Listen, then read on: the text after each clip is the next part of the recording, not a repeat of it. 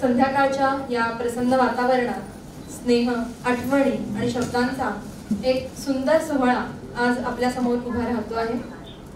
बखर करल्याची या पुस्तकाच्या प्रकाशन सोहळ्यासाठी उपस्थित पाहुणे, साहित्यप्रेमी, सुहृद आणि सर्व आपतेष्ट मंडळी, आपल्या सर्वांचं मी तेजश्री भावे अतिशय मनापासून स्वागत करते। आज मी या ठिकाणी केवळ निवेदिका म्हणून उभी नाहीये, तर बखर करल्याची या पुस्तकाच्या लेखकाची लेख, मनातल्या विचारांचं शब्दरूप पहिल्या पुस्तकाच्या रूपाने आपल्या समोर मांडणाऱ्या राजीव लिमये यांची जिव्हाळ्याची व्यक्ती म्हणून उभी आहे आणि त्यामुळेच ही माझ्यासाठी खूप मोठी भावनिक संधी आहे। आपल्या सर्वांना माहितीच आहे की पूर्वनियोजनानुसार हा कार्यक्रम खरं तर 1 जूनला होणार होता, परंतु त्याच्या 4 दिवस आधी आमच्या कुटुंबामध्ये एक अतिशय दुर्दैवी घटना घडली। आमचा सर्वांचा अतिशय लाडका उदय काका, कर्ले गावचा पोलीस पाटील असलेला उदय लिमये आपल्या सर्वांना अचानकपणे सोडून गेला आणि त्याच्या अशा जाण्याने आम्ही सर्वच जण एकदम हादरून गेलो। त्याच्या प्रामाणिकपणाला न्याय मिळू दे अशी मी प्रार्थना करते। त्याच्या आत्म्याला सद्गती मिळो अशी सर्वांच्या वतीने श्रद्धांजली वाहते। आणि तथापि एवढी मोठी घटना घडून सुद्धा एका मोठ्या आजारातून मनाच्या उमेदीच्या जोरावर मात करणाऱ्या आणि परत पूर्वीसारखे उभे राहिलेल्या आमच्या बाबांच्या मनातल्या अंतस्थ इच्छा ओळखून आम्ही सगळ्यांनी हा प्रकाशन सोहळा आज साजरा करायचा ठरवलं। आम्ही कर्ले गावचे लिमये, काजळीच्या खाडी किनाऱ्यावर वसलेलं, माडा पोकळीच्या बागा असलेलं आणि कुलदैवत लक्ष्मी केशवाच्या मंदिराने पवित्र बनलेलं, निसर्ग सौंदर्याने नटलेलं आमचं कर्ले गाव आणि याच गावाच्या मातीत जन्मलेली बहुरंगी, बहुढंगी, वेगवेगळी दृष्टी असलेली आणि वेगवेगळी व्यक्तिमत्व यांचे चरित्र वर्णन करणारी आपली बखर करल्याची। बाबांच्या या पुस्तक प्रकाशनासाठी आमंत्रित मान्यवरांना मी विनंती करते की त्यांनी मंचावर यावं आणि दीपप्रज्वलनाने आपण आजच्या कार्यक्रमाचा शुभारंभ करावा।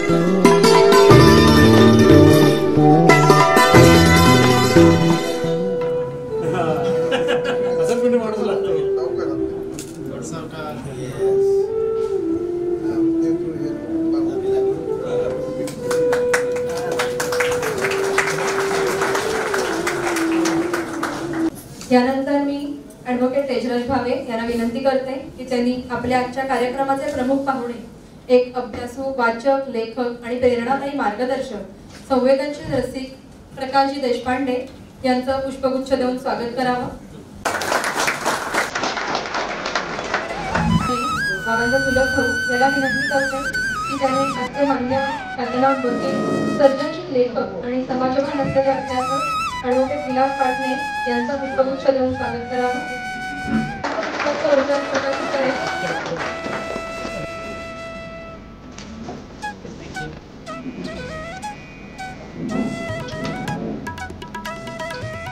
यानंतर मी कौस्तुभ लिमये, बाबांचा पुतण्या याला विनंती करते की त्यांनी अण्णा सामंत यांचं स्वागत करावं।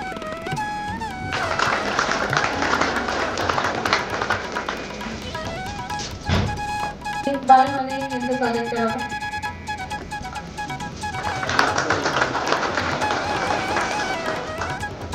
विनंती करते त्यांनी राजा भाऊंचं सुद्धा स्वागत करावं।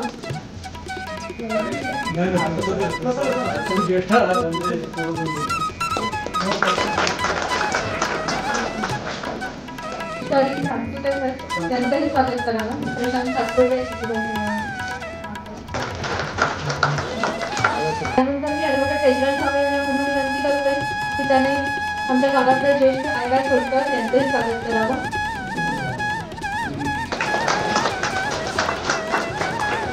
त्यानंतर मी सावळेकर यांचंही स्वागत करावं।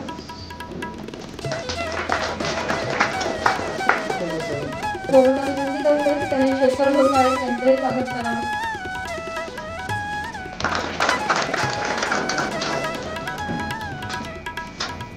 यानंतर आपण कोकण मीडियाचे आणि सप्तर्षी प्रकाशनचे प्रकाशक अनमोल कोलतकर यांना मी विनंती करते की त्यांना मान्यवरांना काही भेटवस्तू द्यायची आहे. त्यांना भेट द्यायची होती. आता त्यांनी प्रकाश देशपांडे यांना पुस्तक दिलेलं आहे. त्यानंतर पाटणे सरांना पुस्तक दिलेलं आहे.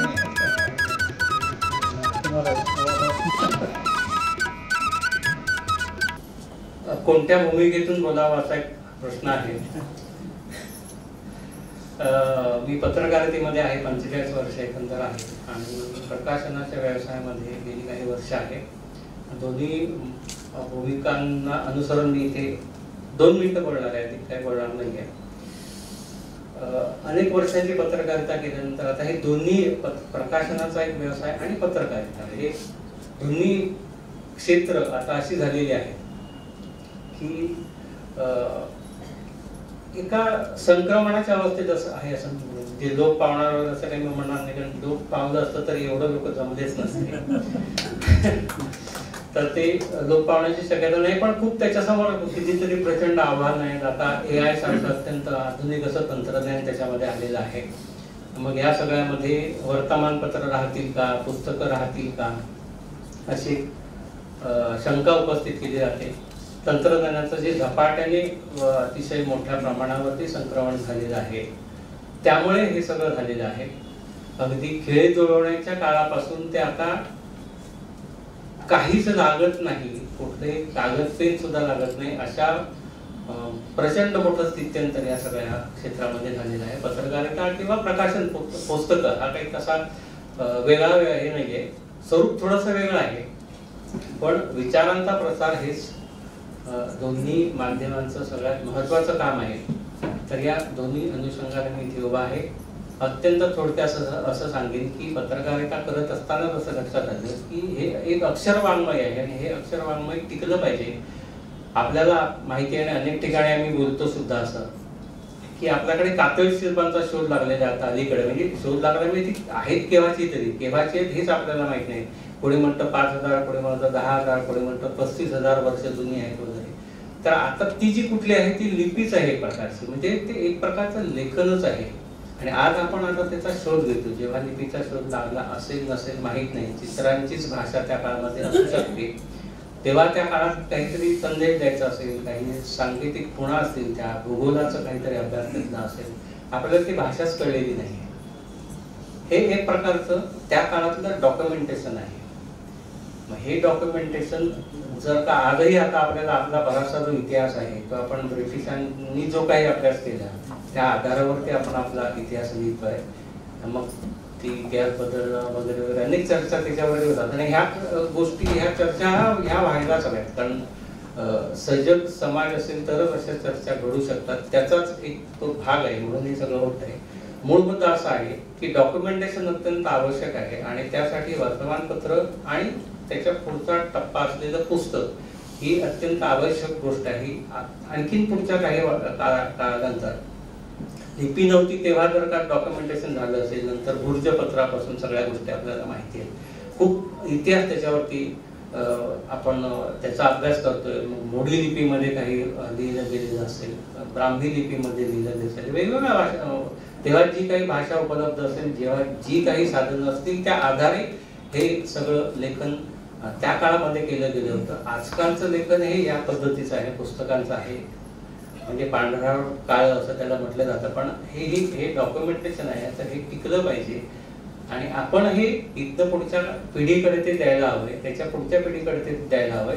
संशोधनाला त्या लोकांना काहीतरी हातामध्ये आवश्यक आहे, यासाठी आपण त्याचा एक भाग असला पाहिजे. म्हणून पत्रकारिता मी त्याच पद्धतीने केली आणि आता पुस्तकाच्या प्रकाशनाच्या व्यवसायात त्याच उद्देशाने मी इथे आलेला आहे. आज आपण पुस्तकं जी प्रकाशित करणार आहोत हे 23वे आणि 24वे अशी 2 पुस्तकांचं प्रकाशन आता आपण करणार आहोत. 23वे आहे हे प्रिंटेड पुस्तक आहे आणि 24वे पुस्तक आहे हे ई बुक स्वरूपातलं पुस्तक आहे.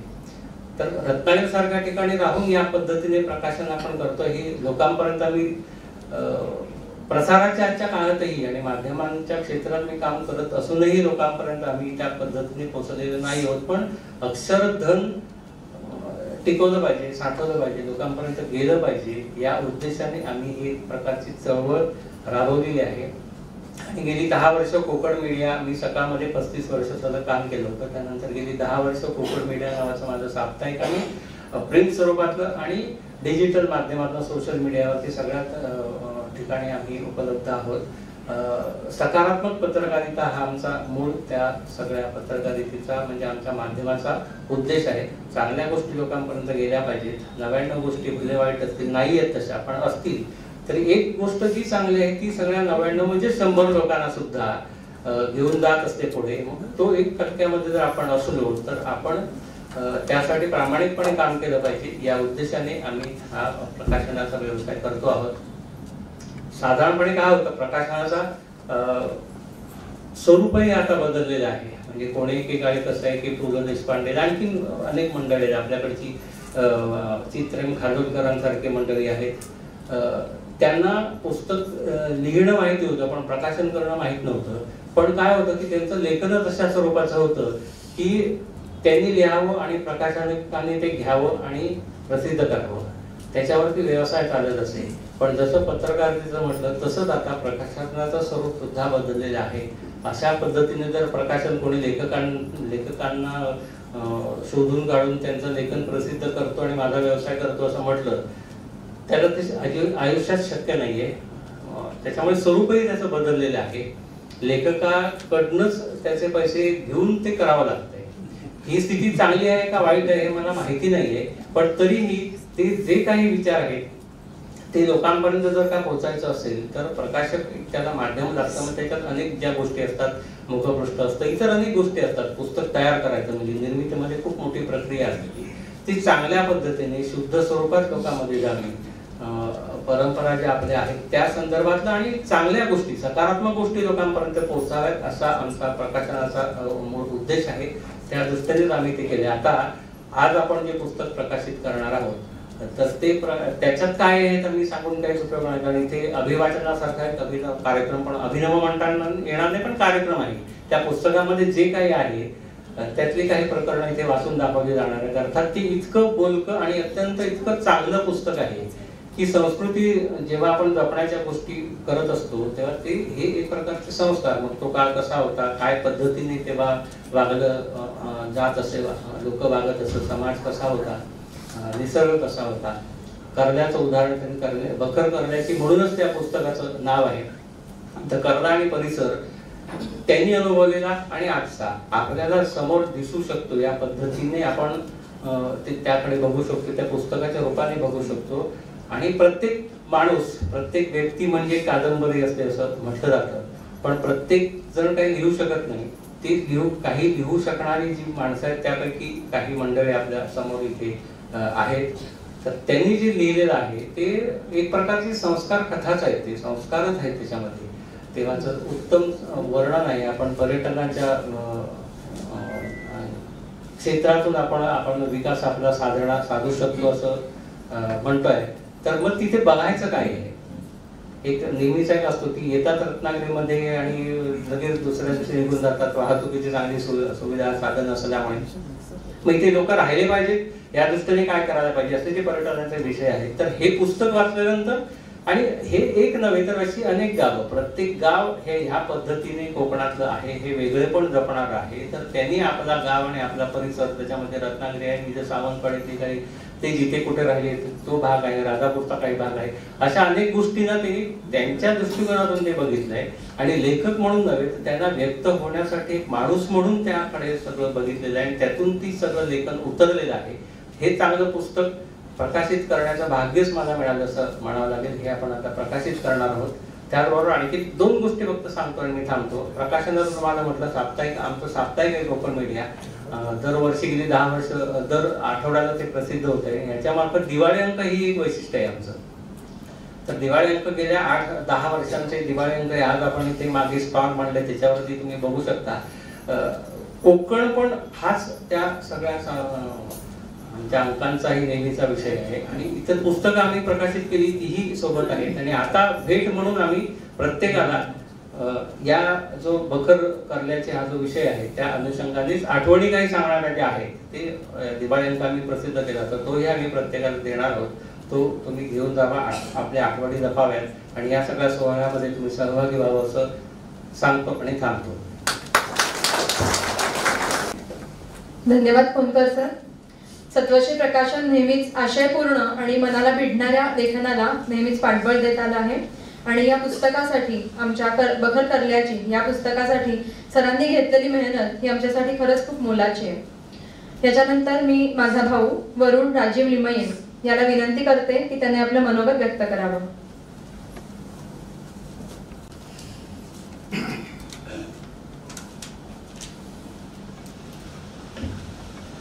आज नमस्कार सगळ्यांना. आज खरं तर आमच्यासाठी लिमये कुटुंबासाठी खूप भावनिक क्षण आहे आणि मगाचपासून मी बघतोय की आपला हॉल एकदम शांत बसलेला आहे. तर सगळ्यांनी जोरदार टाळ्यांचा कडकडाट करून मान्यवरांचं स्वागत करूया. खरं तर मी आज इथे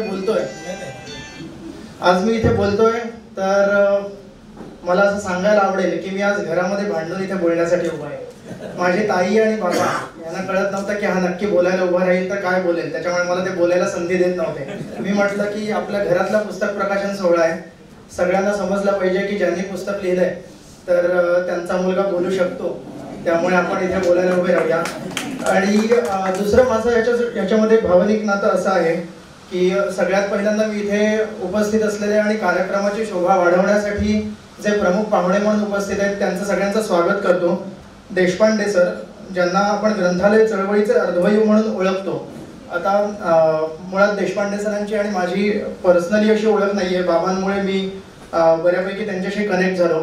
पण ज्या दिवशी मी आमच्या पुस्तकाबद्दल काही गोष्टी सोशल मीडियामध्ये शेअर करायला सुरुवात केली तर त्यावेळेला मी फक्त देशपांडे सरांचं प्रमुख नाव वाचल्यानंतर मला 2 ऑडिओ क्लिप्स आल्या आणि त्याच्यामध्ये देशपांडे सरांची पूर्ण ओळख सांगणारी चिपळूणमधनं माझ्याकडे खूप मोठ्या मोठ्या ऑडिओ क्लिप्स आल्या.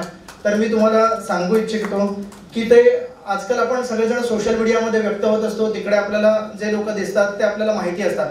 पण देशपांडे सरांची ओळख मी मुद्दामून सांगतो ते म्हणजे ग्रंथालय चळवळीचे अर्धवायू त्यांना तर म्हटलं जातच. आणि त्यांनी चिपळूणमधली जी वाचन चळवळ आहे आणि पर्यायाने रत्नागिरी जिल्ह्यामधली ती जपण्यासाठी खूप मोलाचं कार्य त्याच्यामध्ये केलेलं आहे. दुसरी गोष्ट अशी मला ऑडिओ क्लिप मधनं समजली ते म्हणजे चिपळूणमध्ये बऱ्यापैकी पूर येतो, दरवर्षी पूर येतो आणि तिथे संग्रहालय असं मोठ्या पद्धतीचं म्हणजे केलेलं आहे आणि पुरामध्ये त्याच्यात बऱ्याचशा गोष्टी वाहून चालल्या होत्या. तर हा ध्येयवेडा माणूस चड्डी आणि बनियनवरती तिथे चिखलामध्ये जाऊन त्यांनी संग्रहालय जपण्यासाठी प्रयत्न केले, त्याच्यामुळे त्यांच्यासाठी टाळ्या झाल्या पाहिजे. त्याच्यानंतर पाटणे साहेबांबद्दल जर मला सांगायचं झालं तर सगळ्यात पहिल्यांदा मी पाटणे साहेबांना धन्यवाद देतो की आजचा कार्यक्रम आपण इथे बसून जो होऊ शकतोय तो पाटणे साहेबांमुळे. कारण पाटणे साहेबांनी बाबांना इतकं मोटिवेट केलं आणि त्याचा इतका फॉलोअप घेतला की बाबांना पुस्तक प्रकाशित केल्याशिवाय राहूनच. कारण बाबा म्हणत होते की मी कथा लिहितोय, त्याच्यानंतर आमचे कुटुंबामधले विद्याधर भट म्हणून त्यांनी ते कंपाईल करून एकत्र करून पाठवलं. त्यानंतर पाटणे साहेब कंटिन्युअसली बाबांना सांगत होते की आपण हे पुस्तक म्हणून प्रकाशित करायला पाहिजे आणि त्यासाठी जवळजवळ 1 वर्ष त्यांना लागलं आणि त्यानंतर आपण हा आज कार्यक्रम सोहळा घेऊ शकलो. अण्णा सामंत आपल्याला नमस्कार. सत्वश्री प्रकाशनाचे कोणकर साहेबांची आणि आमची ओळख खूप पूर्वीपासून आहे आणि कोणकर साहेबांचं कुटुंबावरती असलेलं प्रेम मी गेल्या काही महिन्यामध्ये खूप मनापासून अनुभवलं. त्याच्यानंतर मला ज्यांच्यासमोर स्टेजवरती बोलायला खूप प्रेशर आता क्रिएट होत आहे ते म्हणजे आमचे बाळमाने साहेब, ज्यांच्या नेतृत्वात मी राजकीय काम करायला सुरुवात केली. असे बाळमाने साहेब सुद्धा इथे उपस्थित आहेत, हे आमचं भाग्य समजतो मी.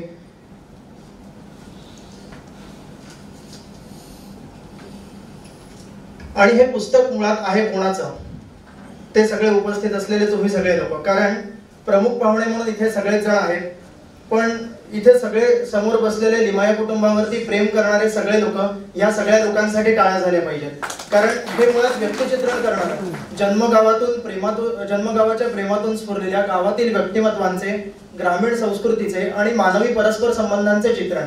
आता ह्याच्याबद्दल बॅक एंड स्टोरी सुद्धा मी तुम्हाला काही थोडक्यात सांगणार आहे. मला माहिती आहे की इकडनं प्रेशर आहे मला की तुला फक्त 2च मिनिटं बोलायचं आहे, पण मी तुमची कमीत कमी 4 ते 5 मिनिटं तरी घेणार आहे. कारण राजीव लिमये तुम्ही बघितलेले आणि राजीव लिमये आम्ही घरातून बघितलेले, याच्यामध्ये भरपूर फरक आहे.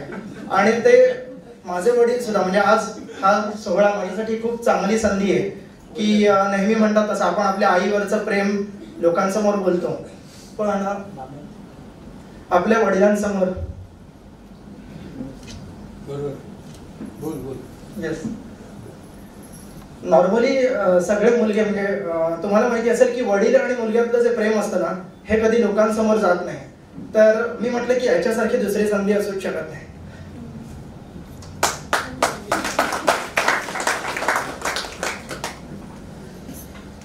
माझ्या बाबांनी गेल्या काही 6 महिन्यामध्ये जो कठीण काळ बघितला त्यानंतर आम्ही खूप भावनिक झालो होतो. पण मी जसं म्हटलं की काही ध्येयवेडे लोक असतात, तर आमच्या घरामध्ये हा ध्येयवेडा माणूस मी बघतोय. आणि त्यांनी गेल्या 6 महिन्यामध्ये ह्या सगळ्यासाठी स्वतः आजारी असून सुद्धा इतके कष्ट घेतले. तर म्हटलं की आपल्याला 100 लोकांसमोर हे अगदी अभिमानाने सांगावंच लागेल की बाबांनी किती कष्ट घेतलेत. आणि ती व्यक्तिचित्रण करण्यासाठी, म्हणजे आता मी थोडासा भावनिक झालो होतो, पुन्हा नॉर्मलाइज होऊन बोलतो की व्यक्तिचित्रण करण्यासाठी सायकलवरती टांग मारून कर्ल्यातल्या लोकांच्या घरी जाऊन बसायचा. हा उद्योग ते गेले अनेक वर्ष करत होते. कारण पूर्वीच्या लोकांचं काही जर त्याच्यामध्ये लिहायचं असेल तर त्याच्यासाठी खूप अभ्यास असावा लागतो. तुम्ही जर ते पुस्तक बघितलं उघडून तर मी तुम्हाला अगदी प्रांजळपणे कबुली देतो की मी सुद्धा ते पुस्तक अजून पूर्णपणे वाचलेलं नाहीये. पण माझी अशी कमिटमेंट आहे की आपलं प्रकाशन झाल्यानंतर मी ते पुस्तक पूर्णपणे वाचणार आहे. कारण घरामध्येच असल्यावरती आम्ही त्या सगळ्या कथा ऐकलेल्या होत्या, त्याच्यानंतर आम्ही फेसबुकवरती वाचत होतो. पण त्या ज्या कथा कशा पद्धतीने लिहिल्या गेल्या तुम्हाला दिसताना कदाचित त्या एक पानावरती दिसतील, कारण आपल्याला ती लिहिताना काही लिमिटेशन्स असतात. पण त्या कथा खरोखर लोकांना टच होणाऱ्या आहेत. कदाचित ज्या लोकांवरती, म्हणजे मी असं कोणाला मुद्दामून मेन्शन करत नाहीये, पण ज्या लोकांवरती कधी कधी कदाचित कथा लिहिल्या गेल्या नसत्या त्या माझ्या बाबांच्या लेखणीतून लिहिल्या गेल्या, ह्याचा मला खूप अभिमान आहे. त्यानंतर आता मी मुख्य विषयावरती बोलायला सुरुवात करतो की खरं तर अजून एक कारण आहे मी इथे बोलण्यासाठी, ते म्हणजे माझ्या बाबांचं पुस्तक तर आहेच, आणि या पुस्तकातली रेखाचित्र काढलेली माझी बायको श्रेया लिमये, सौ श्रेया लिमये, हिने या पुस्तकामधली सगळी रेखाचित्र काढलेली आहे. त्याच्यामुळे मी विचार केला की अभिवाचन करताना आई बोलणार, त्याच्यानंतर पुस्तकाच्या वेळेला बाबा बोलणार, रेखाचित्र श्रेयाची, सूत्रसंचालन ताई करणार, तर वरून कुठेतरी दिसलाच पाहिजे, म्हणून म्हटलं आपण 2 मिनिटांमध्ये घेऊया. आणि श्रेयाच्या कलाकारीला सुद्धा मी खूप दाद देतो, कारण निव्वळ ती आमच्या घरामधली आहे म्हणून आपण तिने ह्याच्यामध्ये रेखाचित्र काढलेली नाहीये. तर आपण त्याच्यासाठी प्रॉपर अभ्यास करून तिने त्या व्यवस्थित रेखाचित्रांचा विचार करून त्यानंतर आपण ती त्याच्यामध्ये आणली. तर तुम्ही ती वाचताना तुम्हाला तो फील येईल याची मला नक्की खात्री आहे. त्यानंतर तुम्हाला अजून एक असं सांगायचं आहे की आजकालच्या काळामध्ये आपण इतके फास्ट झालेलो आहोत, म्हणजे कदाचित मला पण खात्री आहे की आपण मागपर्यंत बसलेले लोक आहेत, आपल्याला एवढं आजकाल ऐकायची कोणाला सवय राहिलेली नाही. आम्ही सुद्धा मुलं कधी समोर बसलेले असतो की 1-2 मिनिटं झाली की लगेच मोबाईल काढूनच बसणार, कारण आपल्याला मोबाईल शिवाय सहनच होत नाही. पण हा मोबाईल आपल्यासाठी नुसतंच काय म्हणतात व्यवधान नाहीये, तर त्या मोबाईलच्या माध्यमातून किंवा सोशल मीडियाच्या माध्यमातून नक्की काय घडू शकतं याचं उत्तम उदाहरण म्हणजे हे पुस्तक आहे. कारण सोशल मीडिया, समाज माध्यम म्हणजे नक्की काय असतं, तर समाज माध्यम म्हणजे आपल्याला समाजाबरोबर जोडलं जाण्यासाठी जे दिलेलं माध्यम आहे त्याला समाज माध्यम म्हणतात. तर ह्याच्या माध्यमातून आपण काय काय करू शकतो, अफवा पसरवू शकतो, वाईट गोष्टी पसरवू शकतो, परंतु ह्याच्यामधून काहीतरी विधायक घडण्यासाठी याचं सुद्धा मी एक उदाहरण मुद्दामून सांगेन, कारण मी आज फक्त पुस्तकाबद्दल नाही तर माझ्या बाबांबद्दल बोलण्यासाठी सुद्धा उभा आहे. त्यांनी 2017 साली राजीव लिमयेंनी, तुम्हाला माहिती असेल की गेली अनेक वर्ष कॉर्पोरेटमध्ये काम केलं, त्यावेळेला ते भरपूर बिझी असायचे, जयगडवरून येणं जाणं त्यांचं कंटिन्युअसली चालू असायचं. त्या काळात सुद्धा त्यांचं सायकलिंगवरती त्यांनी जी सुरुवात केली आणि सायकलिंग बद्दल कंटिन्युअसली ज्या पोस्ट करायला सुरुवात केली त्याच्यातून मला नक्की सांगायला आवडेल, इकडे सायकलिंग क्षेत्रातले सुद्धा मान्यवर आपल्याकडे उपस्थित आहेत. वयाच्या 60 वर्ष पूर्ण झाल्यानंतर त्यांनी सायकलिंगला सुरुवात केली. त्यानंतर वयाच्या मला वाटतं 62 किंवा 63व्या वर्षापर्यंत ज्यावेळेला एक सायकलिंगची मॅरेथॉन होती त्यावेळेला बाबांनी रत्नागिरीपासून हातखंब्यापर्यंत नॉनस्टॉप सायकल चालवून ते पुन्हा आले. तर त्याच्यामुळे आणि ते कंटिन्युअसली ज्यावेळेला सोशल मीडियावरती पोस्ट करत असायचे, समाज माध्यमांमध्ये ज्यावेळेला पोस्ट करत असायचे, तर त्याच्यामुळे अजून लोक मोटिवेट होतात. आणि हे मी फक्त माझे वडील म्हणून म्हणजे आपल्या घरच्यांचंच कौतुक करायचं म्हणून नाही सांगत आहे, तर ह्याच्यातून अनेक लोक मला असे भेटले जे येऊन मला स्वतःहून सांगायचे की तुझे बाबा सायकलिंग करतात ते बघून आम्ही सायकलिंग करायला लागलो. आणि हा आमच्यासाठी खूप अभिमानाचा क्षण होता. मी सुद्धा सायकल विकत घेतली, मी सुद्धा पुण्यामध्ये व्यवस्थित व्यायाम करतो, सायकलिंग करतो, थोडंसं त्याच्यामध्ये खंड पडत असतो, पण त्यांच्याकडनं आम्ही कन्सिस्टन्सी ही बाबांकडनं नक्की शिकली पाहिजे. त्यानंतर एकदम 1 मिनिटामध्ये मी तुम्हाला सांगणार आहे की आम्ही पाहिलेले बाबा म्हणजे नक्की काय. इथले बरेचसे लोक लिमाई कुटुंबावरती प्रेम करणारे फक्त आमच्या प्रेमापोटी आलेले आहेत. कदाचित त्यांना अजून पुस्तकामध्ये काय ह्याच्याबद्दल तशी माहिती नसेल, ते आज विकत घेतल्यानंतर वाचतील, पण राजीव लिमायांवरती सुद्धा प्रेम करणारे अनेक लोक आलेले आहेत. तर जितकं मी बघितलं, माझा 1993 मधला जन्म, आम्हाला जेव्हापासून कळायला लागलं 1995-96 सालापासून, तेव्हापासून आम्ही बाबांच्या MIT वरती बसून शिवसेना शाखेमध्ये जात असतो. आणि त्या काळामध्ये जी एक उहापोह होत होता त्या 4-5 वर्षांमध्ये, 1995 ते 2000च्या काळामध्ये एक संक्रमणाचा काळ होता. त्या काळामध्ये काम केलेले जे कार्यकर्ते होते, हिंदूवादी कार्यकर्ते म्हणा, त्याच्यानंतर तुम्ही म्हणा की सामाजिक म्हणजे स्पॉन्टेनियसली पुढे जाऊन काम केलेले कार्यकर्ते म्हणा, त्या कार्यकर्त्यांच्या फळीमध्ये माझे वडील त्या संक्रमणाच्या काळामध्ये नेता म्हणून होते. याचा आम्हाला खूप अभिमान वाटतो. आपल्याकडे आपण आज आपल्या इथे राजन साळवी साहेब उपस्थित नाहीयेत, पण ते पण त्यांच्या ती जी नेत्यांची फळी होती त्याच्यामध्ये सगळे नेते होते. 1995 ते 2000चा काळ झाल्यानंतर 2000 ते 2005चा जो काळ होता, मी एकदम इलॅबोरेट करत नाही, पण 2000 ते 2005 या काळामध्ये गीते साहेबांचं काम करण्यासाठी पूर्ण जिल्हा भटकलेले बाबा, पूर्ण जिल्ह्यामध्ये त्यांनी जे इलेक्शन रिलेटेड काही कामं केली त्याच्यासाठी फिरलेले बाबा. त्यानंतर 2007 ते 2008 मध्ये त्यांनी ज्यावेळेला जिंदल जॉईन केली, ती जिंदल जॉईन केल्यापासून ते जिंदलमधून रिटायर होईपर्यंतचे बाबा कम्प्लिटली आमच्यासाठी वेगळे होते. कारण कॉर्पोरेटमध्ये काम करताना त्यांनी अनेक जणांना कधीही त्यांना न कळू देता खूप मदत केली, हे आम्ही बघितलं. आम्ही सहज म्हणून एकदा मी बाबांना विचारलं होतं की असं असं आमच्याकडे एक रिक्वायरमेंट आली आणि आपल्याला जयगडच्या शाळेत, कदाचित बाबांच्या हा प्रसंग लक्षात नसेल, जयगडच्या शाळेमध्ये काही जयगडच्या आसपासच्या शाळांमध्ये मुलांना मदतीची गरज होती. तर मी बाबांना म्हटलं की बाबा असं असं आहे आणि कंपनीच्या माध्यमातून तर तुम्ही ऑलरेडी करत असता, तर तुम्हाला स्वतःहून आपल्याला काही करायला आवडेल का. तर मला त्यानंतर ऑलरेडी अशी माहिती कळली की त्याच वर्षामध्ये बाबांनी स्वतःच्या पैशातून अनेक कुटुंबांची जबाबदारी घेऊन अनेकांच्या शिक्षणाचा खर्च ऑलरेडी केलेला होता. सो जिंदलच्या माध्यमातून काम करत असताना पब्लिक रिलेशन, त्याच्यानंतर CSR ऍक्टिव्हिटीज ह्याच्या माध्यमातून त्यांनी भरपूर वर्ष काम केलं. आणि त्यानंतर 2016-17 नंतर आम्ही पाहिलेले बाबा म्हणजे त्यांचा रिटायरमेंटचा जो काळ आला, त्यानंतर त्यांचं लेखन क्षेत्रामध्ये पदार्पण आहे असं आपण आज म्हणू. आम्ही तर अशी इच्छा करतो की हे पुस्तक फक्त त्याची म्हणतात तसा ट्रेलर असेल आणि अजून आम्हाला त्यांच्याकडनं जे खरं ऍक्च्युअल मध्ये आम्हाला अजून ऐकायचंय, अजून बघायचंय, असं काहीतरी वाचायला मिळेल अशी मी आशा अपेक्षा करतो.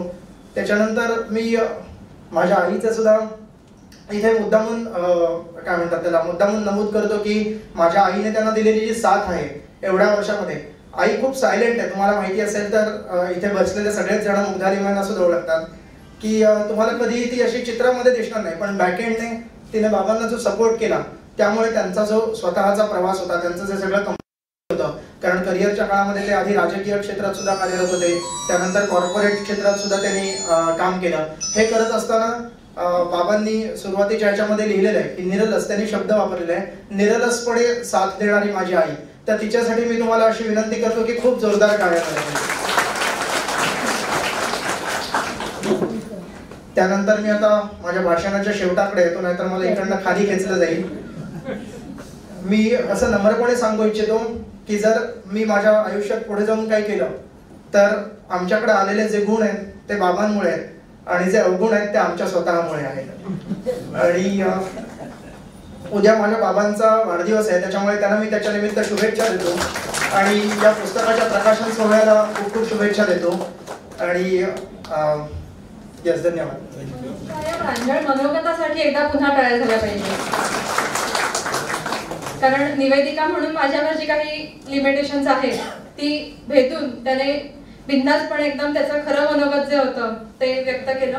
आणि बाबांना ज्यांनी खूप वर्षांपूर्वी म्हणजे साधारण 25 ते 30 वर्षांपूर्वी बाबांना ज्यांनी ऐकलेलं आहे भाषण करताना किंवा निवेदन करताना, त्यांना नक्कीच आता वरुणचं मनोगत ऐकून बाबांच्या त्या काळातली आठवण झाली असेल.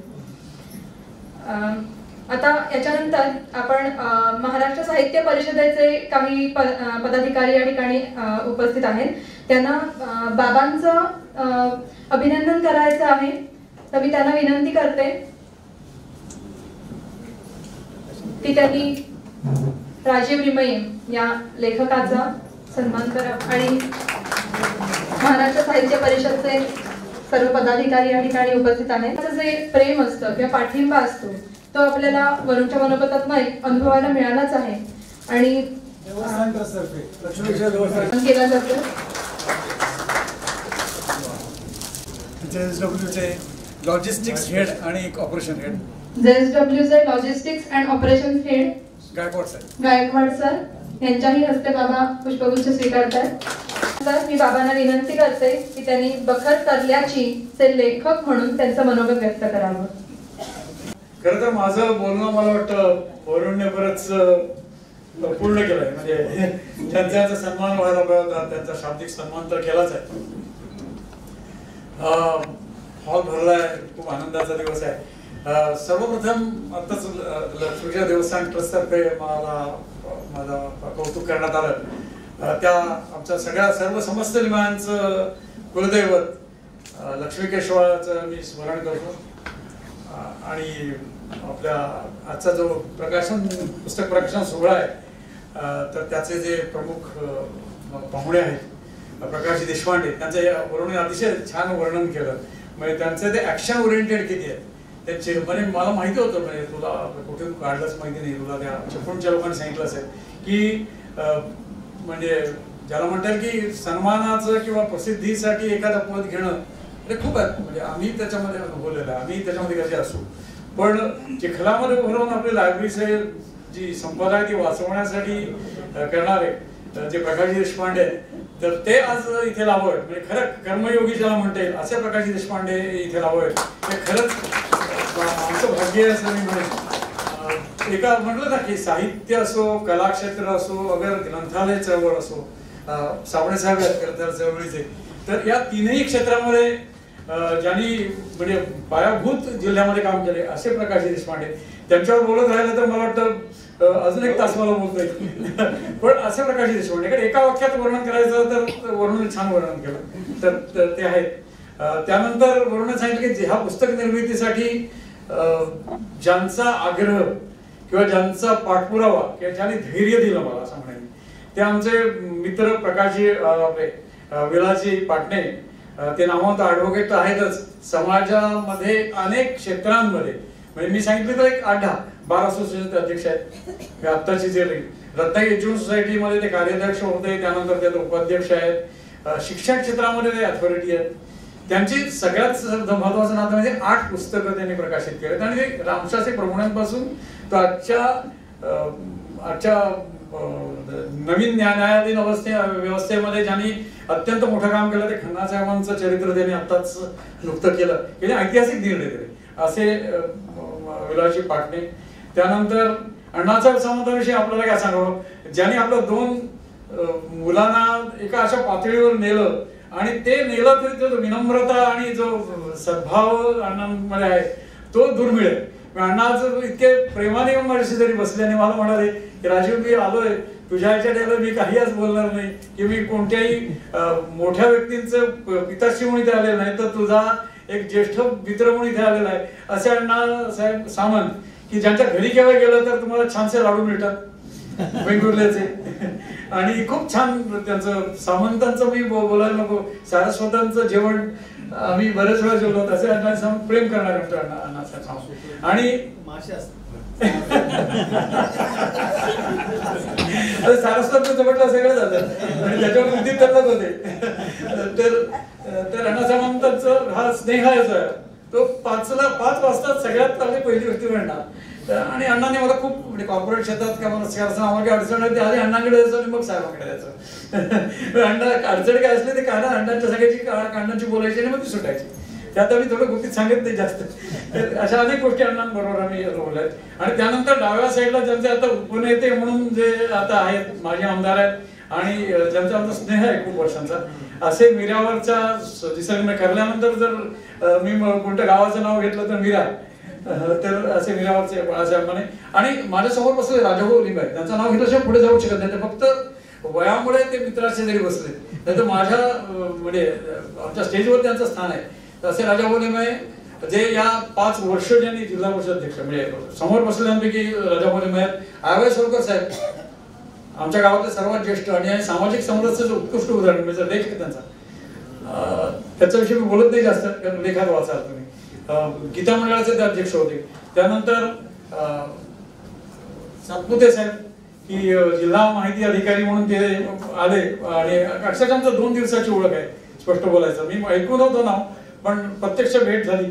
ज्यांनी म्हणजे आत्ताच्या विकास पर्व म्हणून जी काही पुस्तिका जर तुम्ही बघितलं नसेल, 1 वर्ष झालं तर बघितलं असेल, मुद्दाम जाऊन बघा किती बारीकीने सुंदर विकास जो काय रत्नागिरीचा विकास झाला असेल. ठीक आहे, आता अगर राजकीय व्यासपीठ नाही, पण जो विकास जो झाला शासकीय माध्यमातून असेल किंवा आपल्या सगळ्या नेत्यांच्या माध्यमातून असेल, ते अत्यंत सुंदर असं पुस्तक त्यांनी जे विकास पर्व म्हणून शासकीय माध्यमातून केलं अत्यंत. आणि त्यांचा स्वतःचा जो काय म्हणता येईल व्यासंग आहे फोटोग्राफीतला आणि बायोडायव्हर्सिटी मधला, तो ऐकण्यासारखा आहे. त्यांचा केव्हा ते आपण वेगळा कार्यक्रम घेऊ. तर असे सर्वजण आणि हे सर्वजण इथे आता अनेक आहेत. तावडे साहेब आहेत की ज्यांनी महाराष्ट्र चेंबर ऑफ कॉमर्सच्या पर्यटनाचं नेतृत्व केलं आणि अजूनही ते करतायत. तर असे अनेक आहेत. माझे गावकरी म्हणून नाव घेतो की शेखर घोसाळे, दीपक सुर्वे आणि अनेक नाव आहेत. मी आमचे साबळे साहेब आहेत. मी इथे नावं घेतली तर सगळेच आहेत माझे स्टेज. आणि हा खरं म्हणून म्हटलं तुम्ही सगळे आले म्हणून आनंदाचा दिवस आहे. स्वतःच्या गावाविषयी काही लिहायला मिळावं हा सगळ्यात आनंदाचा विषय आहे. आणि मला माहिती आहे की गाव प्रत्येकालाच असतो. मला वेळ झाली की सांगा की गाव प्रत्येकाला प्रिय असतो. म्हणजे अण्णाचा म्हणताना मला वाटतं वेंगुर्ला माझ्या घराला इतकंच प्रिय असेल. मी मला वाटतं गणपतीला कधी गेलो अण्णांकडे तर अण्णा वेंगुर्ल्याला पहिले दिवस असतात. त्यानंतर पाटण्यासाहेबांकडे जर मी गेलो तर पाटण्यासाहेबांचं तर खेडवरचं प्रेम अजून कमी झालं. रत्नागिरीत त्यांचे आयुष्य काढलं, पण खेडवरची जगबुडी आणि खेडचं कोणतं गाव? खेडगाव. खेडकर गाव आणि खेडगावची जगबुडी ही केव्हाही त्यांच्या नावाचं काही केलं ऐकायला मिळते. आणि त्यानंतर देशपांडेंचं गाव मला नक्की माहित नाही, पण चिपळूण आहे. बाळासाहेबांचं तर मिऱ्या. आणि हे सगळे म्हणजे हे आपलं गाव आपलं प्रिय असते सांगायला नको. घोसाळींना आंबेशात प्रिय असणार, तर कर्ल्याचे आमच्या आव्या सुरकस आहेत, कर्ल्याचेच आमचे राजा मोलीमय आहेत. कर्ल सगळ्यांना प्रिय असतात. पण आपण जर बघितलं सगळ्यांनाच प्रिय असतं. आपण अगदी जर मागे वळून बघितलं तर प्रभू रामचंद्रांची जरी आपण आठवण म्हणजे स्मरण केलं तर प्रभू रामचंद्र सोन्याची लंका जिंकून आले. काय म्हणतात धागा कसा आहे की प्रभू रामचंद्र सोन्याची लंका जिंकून आले आणि आल्यावर काय म्हणाले पाटणेसाहेब की जननवी जन्मभूमी स्वर्गात बी करी असे. त्यांना ते लंका स्वर्ग काहीच वाटलं नाही. त्यांना ती अयोध्या होती. आता मला माहिती नाही अयोध्या त्यावेळेला केवढी होती, पण ती जी जन्मभूमी होती ते त्यांनी नाळ बोललेली होती, ते त्यांचा जन्म झालेला होता आणि म्हणून ती त्यांना प्रिय होती. तर हे म्हणजे प्रभू रामचंद्रांपासून ही परंपरा आपल्यापर्यंत पाटणेसाहेब आपल्यापर्यंत आलेली आहे. दुसरं जर आपण बघितलं की ब्रायटनच्या किनाऱ्यावरून म्हणजे ज्यांनी जे भावनाप्रवण होते आम्हाला माहित नाही, कारण सावरकरांचं नाव आपण घेतलं तर आदळाने घेतो, तर स्वातंत्र्यवीर म्हणून घेतो. त्यांचं एका वाक्यात वर्णन केलं, एका हातात क्रांतीचं कृपाण, दुसऱ्या हातात काव्याचं कमळ, असं जर एका वाक्यात करायचं असे ते सावरकर. तर ते भाऊ झाले असतील त्याचा विश्वास बसतो आपला. पण ते म्हणाले ब्रायटनच्या किनाऱ्यावर सागरा प्राण ते म्हणाला नेम जशी नेम परत मात्र होईल. मग हे जे आहे मग पुढे येतात आपल्याकडे कोकणाविषयी बोलायचं सीना पेंडसे. सीना पेंडसेंचं जे आसूद गाव आहे ते त्यांनी रंगवलं, साहित्य रचनांवर केलं. मग तो गारंबीचा बापू असेल, अगर पुढे आलेली तुंबाडची जगबुडीच्या किनाऱ्यावरची तुंबाडची खोटची कादंबरी असेल तर त्यांनी ती अजरामर केली. म्हणजे आपला पुरेसा अजरामर करता येतो. मी तुलना नाही करते, कृपया असा औद्धत्य मी करणार नाही. हे सगळी मोठी माणसं आहेत, प्रतिभावंत माणसं आहेत. तर त्यांच्या जोडीला जर गोनी दांडेकरांचं साहित्य परिषदेचे लोक आहेत, मी जपून बोलत आहे, पाटणेसाहेब आहेत, देशपांडे, गोनी दांडेकरांचं जर आपण आठवण केली त्यांचं किती प्रचंड साहित्य आहे. त्याच्यामधला मला आठवतो माचीवरचा बुधा. का मी जोडतोय की ही गावाविषयीचं प्रेम आहे. तो माचीवरचा बुधा गिरणी कामगार आहे. आपलं सगळं तो अस्वस्थ असतो, ते वर्णन त्यांनी सुंदर केलंय. अस्वस्थ असतो आणि तो शेवटी आपल्या राजमाची राजमाचीवरच्या त्याच्या तिथून आपला देह ठेवतो. पण ते देह ठेवेपर्यंत त्याने जो काही गावाचं वर्णन गोनी दांडेकरांनी केलंय त्या राजमाचीचं ते अजरामर आहे. म्हणजे अशी उत्तुंग वर्णन करत असताना मी धाडस करावं आमच्या गावाचं वर्णन करणं कदाचित औद्धत्य तर नाही ना असं मला वाटतं. माहित नाही म्हणतात कोणी आपल्या आधी म्हटलंय की लता मंगेशकर गाते म्हणून आपण काही गाऊच नाही का, आपण बाथरूममध्ये गाव. तसं आहे, या सगळ्या प्रतिभावंतांनी जर सगळं काही लिहून ठेवलं असं तर माझ्या कलाविषयी मला गायलाच वेळ लागायची. मी लिहिलंय वाकडं तिकडं आहे का की कसं आहे ते तुम्ही धनुष्यासारखं वाकड आहे का सरळ आहे का ते तुम्ही वाचलं तर ठरवा. पण हे धाडस मी केलं आणि हे साधारणपणे जर तुम्हाला अगदी थोडक्यात सांगायचं झालं तर याची सुरुवात साधारणपणे मी वरून म्हणाल तर निवृत्तीच्या काळात मी जेव्हा JSW निवृत्ती घेत होतो त्या काळामध्ये मी ते फेसबुकवर लिहायला सुरुवात केली. ते खरं वय असतं ना, म्हणजे 60चं जे वय असतं तर ते आता मी 60च्या पुढे गेलो तर 60चं जे वय असतं ते थोडंसं नॉस्टॅल्जिक असतं असं मला वाटतं. नॉस्टॅल्जिक कसं असतं की की आपल्याला पुढे तर काही फार सिद्ध करायची गरज नसते पण मागे वळून बघत असतो ना, नॉस्टॅल्जिया थोडासा असतो आणि थोडीशी भावनाप्रधान असते. बरोबर आहे सर की म्हणजे संदीप खऱ्यांचं मला आठवतं की संदीप खऱ्यांचं जर माहिती आहे संदीप खऱ्यांचा सेलिब्रिटी जोडी आपल्याला पाठ माहिती तर ते म्हणतात ना की त्यावेळेला अशी एक भावना असते की आता अशा असे मला काय होते पुण्या काळाचे पाणी डोळ्यात येते बडा बोलता बोलता स्तब्ध होतो आणि तो ते सगळं वर्णन आहे की तो म्हणजे विसरून जातो आपण, डोळ्यात पाणी येतं आपल्या आणि अशीच काहीतरी ती अवस्था त्या वयामध्ये आपली झालेली असते, आपलं जुनं आठवत असतं. आणि असंच माझं कदाचित झालं असावं आणि ते मी व्यक्त करत गेलो समाज माध्यमावर. वरून समाज माध्यमाचं छान वर्णन की काय काय करताय. माझी पत्नी तर त्याने सांगितलं संयमित साथ दिली पण सर्वात मोठी टीकाकार तीच होती. ती म्हणायची कोण वाचणार तुमचं त्या याच्यावर तुम्ही टाकता फेसबुकवर. पहिलं मला असं जाणवायला लागलं की मला ती 25 वर्षापूर्वीची किंवा 25ली म्हणा 20-25ली गोष्टी आठवायला लागल्या. म्हणजे मी असं म्हणत नाही की त्यातल्या काही गोष्टी सोडून देतो का ते गोष्टी सोडून देतो ते काही बोलत नाही ती तुला पण सांगायची गरज नाही आता. पण त्या मला आठवायला लागल्या. मग त्यावेळेला ती नांगरलेली शेती असेल त्या ते नांगर धरलेला असेल त्या नांगर धरल्यानंतर भिजल्यानंतर घोंगडी घेऊन ते केलंय सगळं म्हणून सांगतो मला काही पाठ करायची गरज नाही. त्यानंतर तो लोणचं घालून फोडणीचा भात खाल्लेला असेल अशा अनेक गोष्टी आठवतात. मग माडावर चढायला शिकलो मी. त्याचं वर्णन पुढे त्या पुस्तकामध्ये पागेनुस विषयी मी दिलंय आपल्याकडच्या. सर तुम्हाला माहिती आहे इनुस बघायला माहिती तर त्याची मला आठवण व्हायची. मग माडावर चढायला शिकलो ज्याच्याकडून ती मला आठवलं. मग अशा अनेक गावकरी अनेक माझ्या नजरेसमोर यायला लागले. एक व्यक्तिमत्व मला समोर यायला लागले. मला काही करायला लागलं नाही. लेखनाचं कौशल्य तर मला म्हणजे माझ्याकडे नव्हतंच कधी. ते मला इतकं सोपं गेलं की आमच्या गावातला एक बारक्या फाटक्या नावाचा एक गाडीवाला होता तो मला दिसायचा. मग त्याचं ते धारदार नाक मग तो कसा पोती पाठवून आणून टाकायचा ते मला आठवायचं आणि तेच मी लिहिलं, वेगळं काही लिहिलं नाही. आणि अशी अनेक व्यक्तिमत्व म्हणजे मग तुम्हाला आश्चर्य वाटेल मी कधी म्हणजे माडकरी आम्ही अभ्यास करायला जायचो आणि त्यावेळेला अनेक चिटवटपणा करायचो हे सगळ्याला काही हरकत नाही. तर माडी काढणारे जे लोक होते त्याच्यात एक आमच्याकडचा म्हणजे भंडारी समाज तुम्हाला माहिती आहे की अत्यंत महत्वाचा आपल्याकडचा समाज आहे. तर त्यांनी माडी काढायचं पारंपरिक व्यवसाय होता आणि आपल्या खाडी काठाला हे माडकरी असायचं. त्यातला एक भिवंडे नावाचा एक माडकरी मला आठवला एक प्रातिनिधिक आहे आणि त्याचा एक मुलगा होता गोंद्या म्हणायचं त्याला. तर गोंद्या होता आणि तो बैल पाडलेला होता. तर हा मला आठवला की किती तो माडावर कसा चढायचा तो व्यायामशाळेत त्याचा छान त्याचा बिल्डर शेड्यूल होतं आणि तो बैल घेऊन फिरायचा आणि तो बैलाला चिवारीचा पाला घालायचा आणि ते सगळं मला आठवलं. मला हे काही साहित्यामध्ये साहित्यिक शैलीमध्ये द्यायची क्षमता नव्हती पण जे मला दिसत होतं ते मी कागदावर उतरवत होतो आणि समाज माध्यमावरून ते प्रसारित करत होतो. आणि समाज माध्यमांची वरून सांगितल्याप्रमाणे ताकद तर मान्य केलीच पाहिजे. त्यात लाईक्स किती टाकतात किती खोटे लाईक्स टाकतात खरे टाकतात मी जाणार नाही पण समाज माध्यमांमधून लोकांपर्यंत पोचणं खूप सोपं जातं आणि ते असं जातं की मी एकच उदाहरण देईन त्याच्यामधलं की हे मी लिहित जेव्हा होतो तर एक मला असं कळलं मग ते नंतर कळलं की ते आमच्या परिस्थितीतले आहेत. तर त्या बाई बँकेमध्ये काम करत होत्या आणि त्या बाई आल्या घरी की त्यांचे वडील त्यांना धरून विचारायचे की राजीवने आज काय लिहिलंय मला वाचून दाखव. मला हे कळलं नाही का त्यांना वाटायचं मी कोण मोठा साहित्यिक होतो तर नव्हतोच.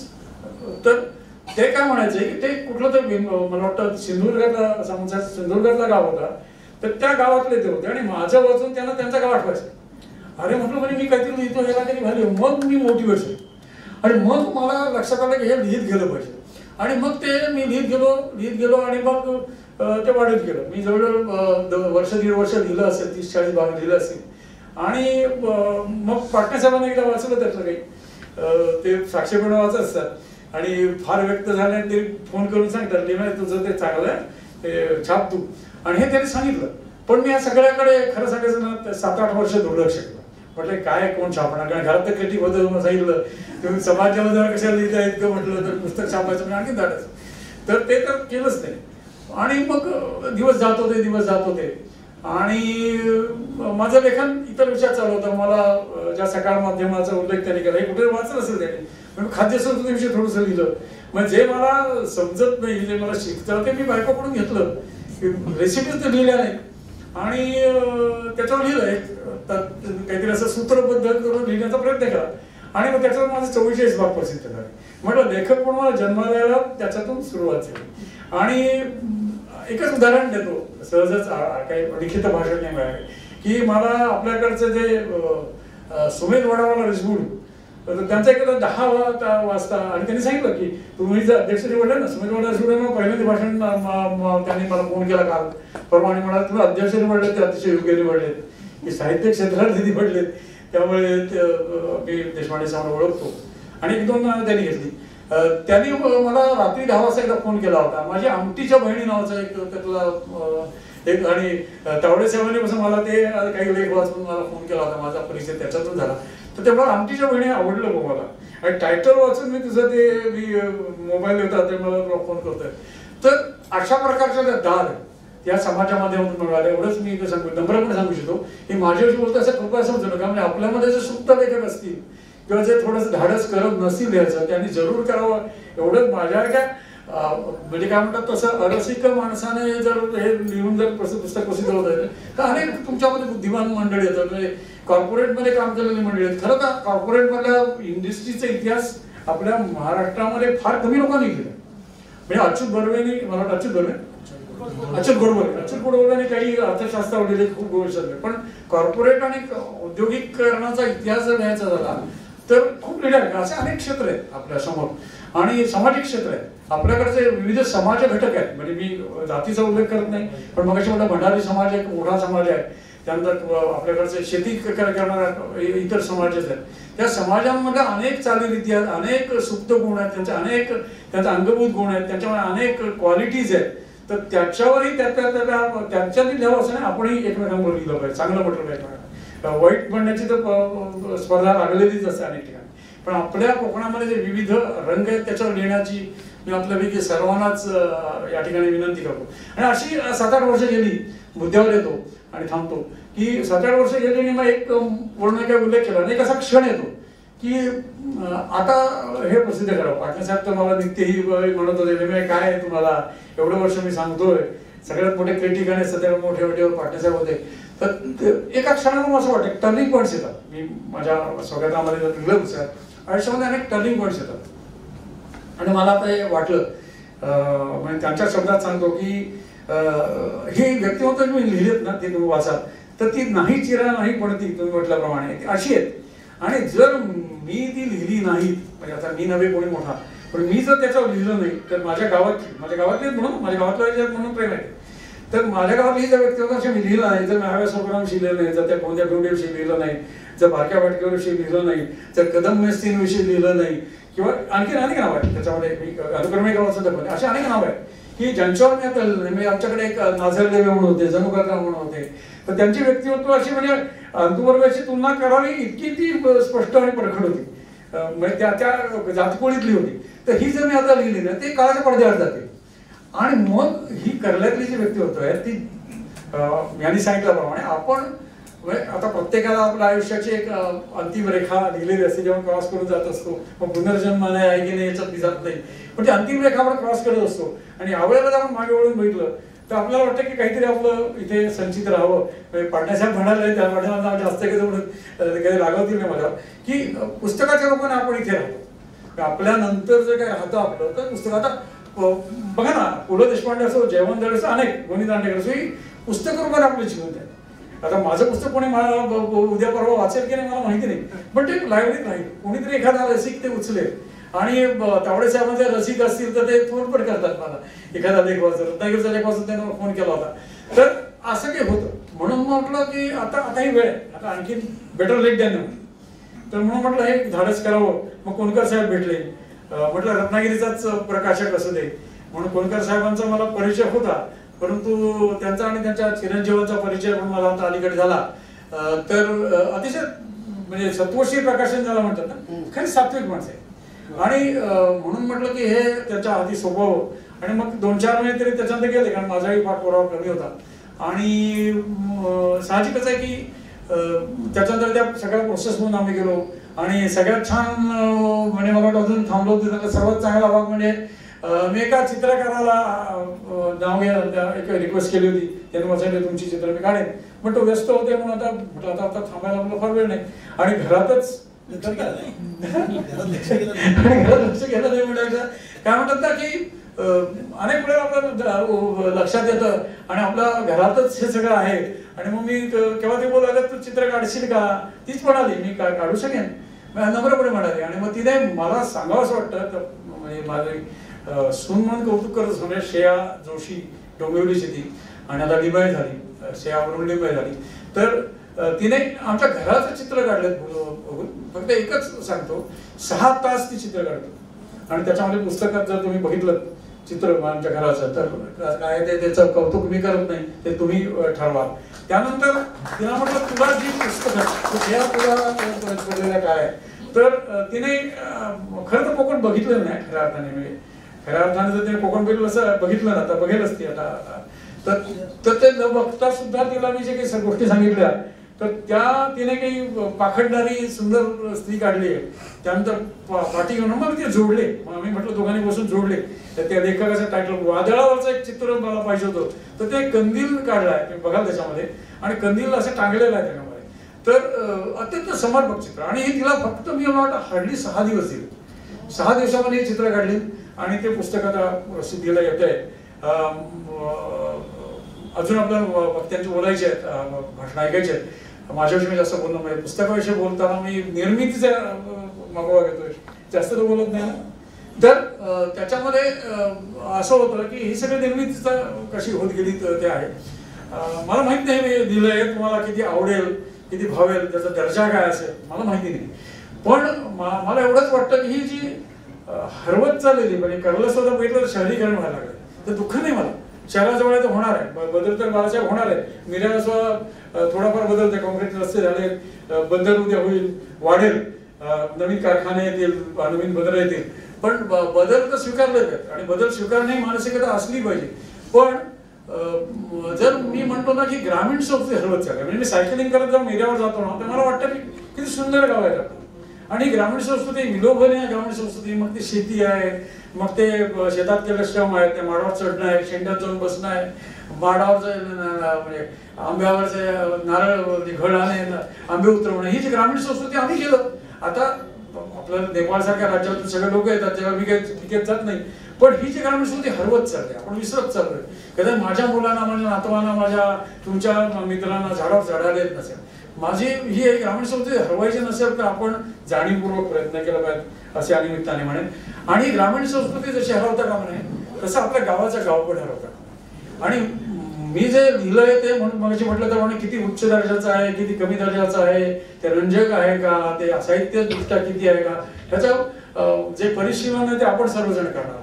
पण त्या पलीकडे जाऊन म्हणतो हे जर वाचलं, हे जर माझं पुस्तक वाचलं, त्यातले व्यक्तिमत्व वाचली आणि हे वाचल्यानंतर जर तुम्हाला तुमचा गाव आठवला, तुमची जवळची माणसं आठवली, कारण हे सगळं इंटरवुमन आहे. म्हणजे त्यावेळेच्या महिला कशा एकत्र यायच्या, पापड कसे घालायचे वर्णनात जात नाही, त्या कशा लोणचं एकपणे घालायच्या. जर माझ्या घरचं भाताचं बियाणं जर कमी पडलं तर माझे जे मोठं घर गावातलं जर शेतकरी असेल मोठा, तर त्याच्याकडे जाऊन ते बियाणं मला कसं मिळायचं, ही इंटरडिपेंडंट सिस्टीम होती. त्यामुळे शासन वाटत नव्हतं बियाणे, मग ते चांगलं निघालं का बोगस निघालं का असे प्रश्नच येत नव्हते, कारण शेजारचा माणूस जेनेन बियाणं द्यायचा. तर ही जी ग्रामीण संस्कृती आहे हे जगावं पण आहे. आणि तुमचं गाव जर मला त्याचं आठवलं, माझ्या लेखात खूप माझ्या मित्रांची नावं आहेत, मी त्यांच्या आता सगळ्याचा उल्लेख आहे. दीपक सोरे नाही, हिचे 5 वर्ष 15-20 वर्ष माझ्याबरोबर त्यांनी काम केलं, बरीच आहेत, मी अनेकांची नाव घेईन. ते छोट्या चव्हाण आहेत, जुवे गावातले संतोष शाह, ही सगळी नावं का घ्या, माझी माणसं आहेत सगळी, ह्या गावातली माणसं आहेत. अनिल नागवेकर असतील, साबणे साहेबांचं नाव तर घेतलं पाहिजे, कारण त्यांच्याबरोबर आम्ही सामाजिक क्षेत्रावर 1981 साली आम्ही लायब्ररी स्थापन केला. अगदी जवळपास 17-18 पुस्तकं त्याच्यामध्ये आहेत. आणि मग त्यातून सामाजिक क्षेत्र सांगायचं काही, अशी माणसं तुमच्या आसपासची जी कोणी असतील, राजवल्लभांचा प्रेरणा आम्हाला कायमच होती. आमच्याकडे एक माणूस जिल्हा परिषद अध्यक्षाचा अभिमान आम्हाला होता. माझे आत्ते समोर बसले, मी विसरणार नाही तिला.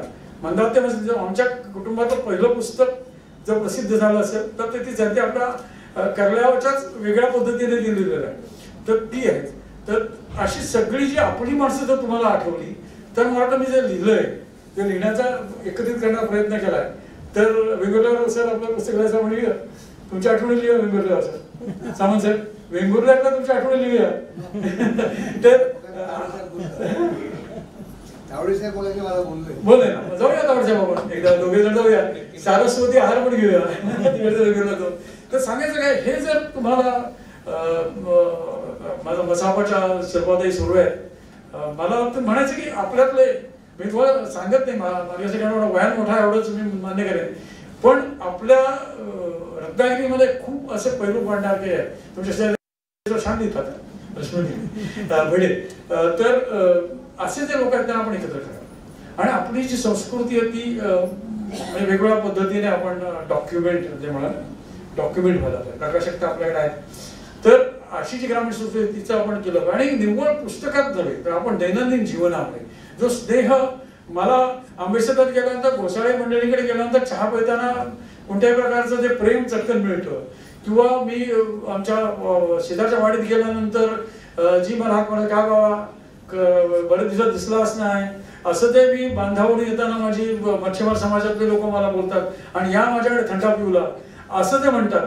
तर तो जो स्नेह आहे, तो जो भावबंध आहे आपल्या गावातला, तो जपला पाहिजे. नुसतं पुस्तक लिहून नाही तर वर्तनामध्ये आपला तो आला पाहिजे. आपण शेजाऱ्याला फ्लॅट, माझा एक पुण्यामध्ये फ्लॅट आहे, शेजाऱ्याचा आता आमच्या पद्धतीप्रमाणे चांगले संबंध निर्माण केले, पण शेजारच्या फ्लॅटमध्ये कोण राहतात आपल्याला माहिती नसतं.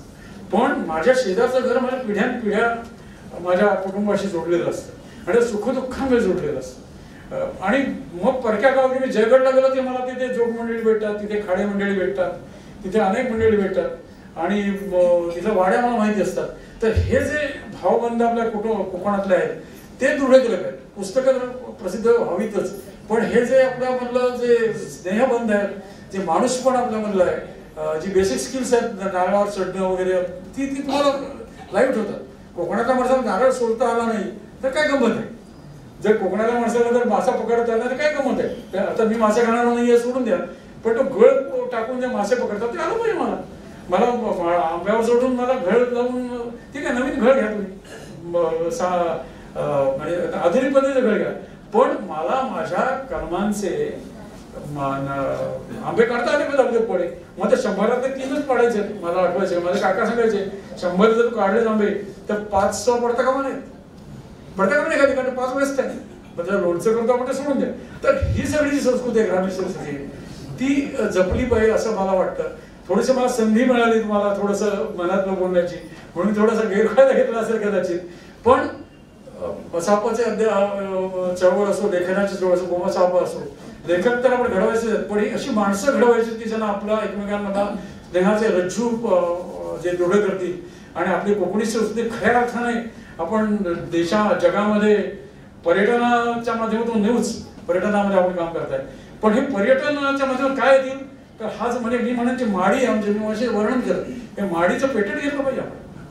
माडी काढणं आणि माडीचं जतन करणं आणि माडीपासून अनेक उत्पादन करणं, त्याच्यापासून अनेक म्हणजे ती पावडरचं हे आहे. तर आपल्या आपल्या आपल्या समाजाची ताकद आहे.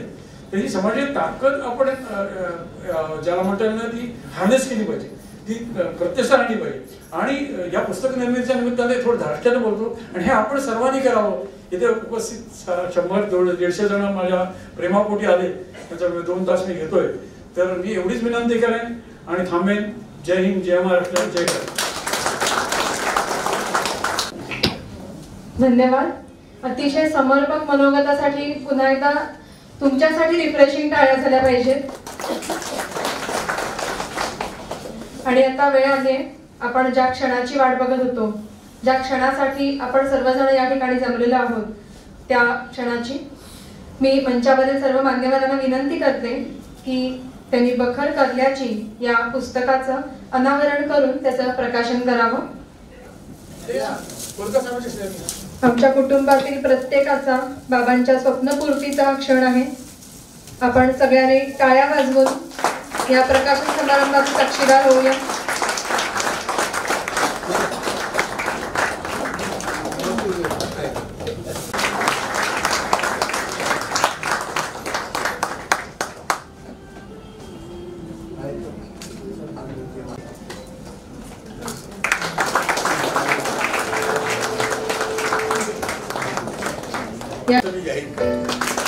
धन्यवाद. आणि याचं विशेष सांगायचं म्हणजे न देता सुद्धा रोख रक्कम देऊन पुस्तकाची नोंदणी करणारा तो सर्वात प्रथम ग्राहक होता.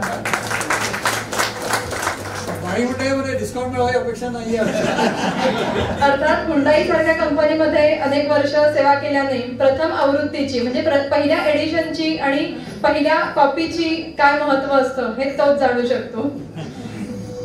ह्याच्यानंतर पुढे आपण 2 सन्मान करणार आहोत, परंतु ते दोघेही आज या ठिकाणी उपस्थित राहू शकले नाहीये, पण मी त्यांचा नामोल्लेख नक्कीच करणार आहे. पुढचा सन्मान आपण करणार होतो अजय बाष्टे सरांचा. आपल्या सर्वांना माहिती आहे की ते सुप्रसिद्ध छायाचित्रकार फोटोग्राफर आहेत आणि आपल्या पुस्तकाचं जे मुखपृष्ठ आहे त्याचं छायाचित्र देखील त्यांनीच क्लिक केलंय आणि आपल्याला अवेलेबल देखील करून दिलं. आणि या निमित्ताने मी त्यांना त्यांचा सन्मान या ठिकाणी जाहीर करते. आणि दुसरा सन्मान होता गौरव पिलणकर सर. तेही या ठिकाणी आज उपलब्ध राहू शकले नाहीये. त्यांनी अतिशय सुसंगत अशी मुखपृष्ठ आणि मलपृष्ठाची रचना केली आणि त्यासाठी आपण त्यांचा हा सन्मान करणार होतो. मी त्यांच्या संदर्भात शाब्दिक सन्मान व्यक्त करते. आणि यानंतरचा सन्मान पुन्हा एकदा घरच्या व्यक्तीचा, बाबांची सून सौ श्रेया वरुण लिमये. मगाशी आपण सर्वांनीच कौतुक केलं टाळ्या वाजवून तिचं की तिने रेखाचित्र रेखाटलेली आहेत पूर्ण पुस्तकामधली. आणि सगळ्यात महत्त्वाचं असं की लग्नाला जेमतेम काही महिने होऊन सुद्धा या चित्रासाठी तिने जी काही मेहनत घेतली आहे ती खरंच कौतुकास्पद आहे. मी पाटणे सरांना विनंती करते की त्यांनी श्रेयाचा सन्मान करावा.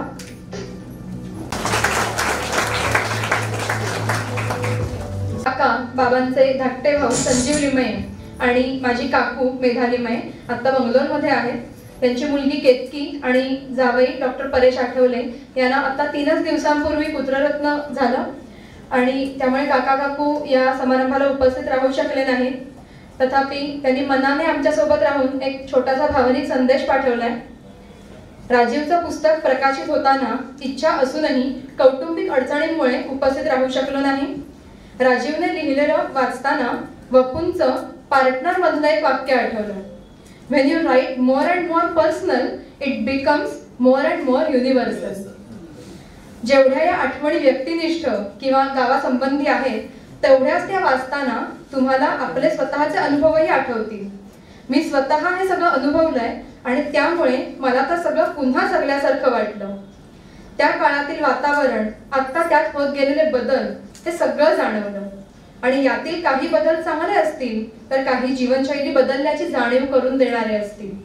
पण व्यक्ती व्यक्तीमधील अनुबंध, परस्पर संबंध आणखी चांगले व्हावेत अशी इच्छा हे पुस्तक वाचून प्रत्येकाला झाली तर ते या पुस्तकाचं मोठं यश ठरेल. कनिष्ठ बंधू या नात्याने सहयोग ग्रंथालयाचा अध्यक्ष म्हणूनही आणि एक वाचक म्हणून मी या प्रकाशन सोहळ्याला हार्दिक शुभेच्छा देतो आणि राजीवचं मनपूर्वक अभिनंदन करतो. त्यांचे धाकटे बंधू संजीव लिमये. आणखीही काही संदेश त्यांना पाठवले होते. त्यांचे साडू प्रमोद अभ्यंकर, विशाखा भिडे, भाची धनश्री अष्टेकर. परंतु वेळेअभावी आपण त्यांचं वाचन या ठिकाणी करत नाही आहोत. मुळात बखर म्हणजे ऐतिहासिक दस्तऐवज आणि कोणत्याही बखरीमध्ये आपल्याला चरित्र वाचायला मिळतात किंवा युद्धाच्या घटना, काही प्रसंग वर्णन केलेले आढळून येतात. त्यामुळे बखर करल्याची हे नाव खरंच अतिशय योग्य आहे. आणि याचा प्रत्यय तुम्हाला जेव्हा तुम्ही या मोजक्या अभिवाचनाला साजरा आपण करणार आहोत त्यावेळेला नक्कीच येणार आहे. मी अनिकेत कोणकर म्हणजे आपले प्रकाशक प्रमोदजी यांचे सुपुत्र, जे आकाशवाणीमध्ये वृत्त विभागाचे रत्नागिरी जिल्हा प्रतिनिधी म्हणून कार्यरत आहेत, त्यांना मी विनंती करते की त्यांनी अभिवाचन करावं.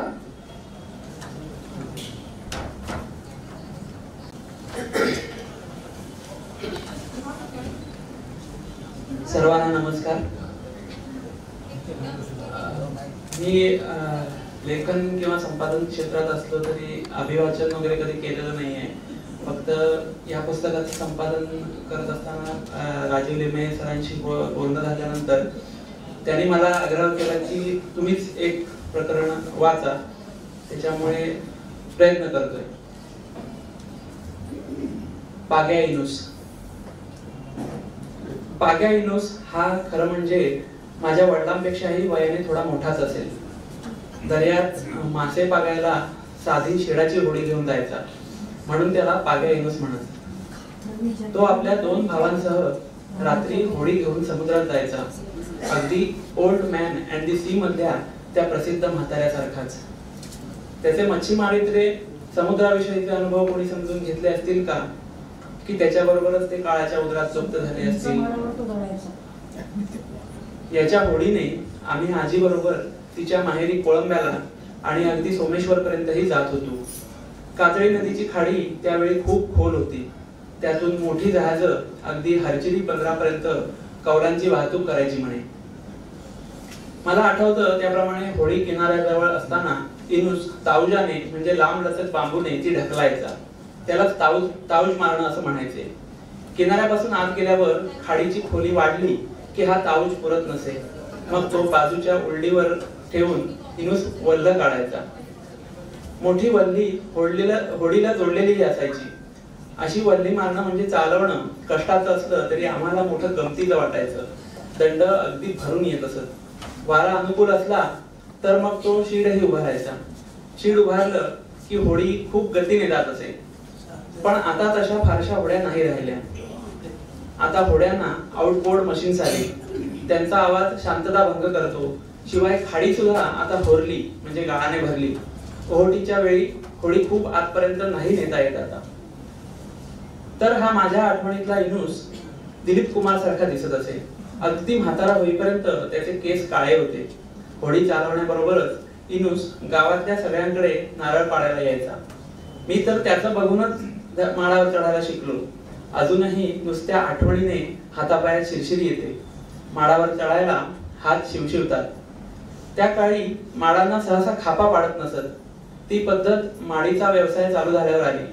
खापा पाडल्यामुळे माळावर चढणं सोपं होतं, पण माळ दुखावत असेल असंही वाटतं.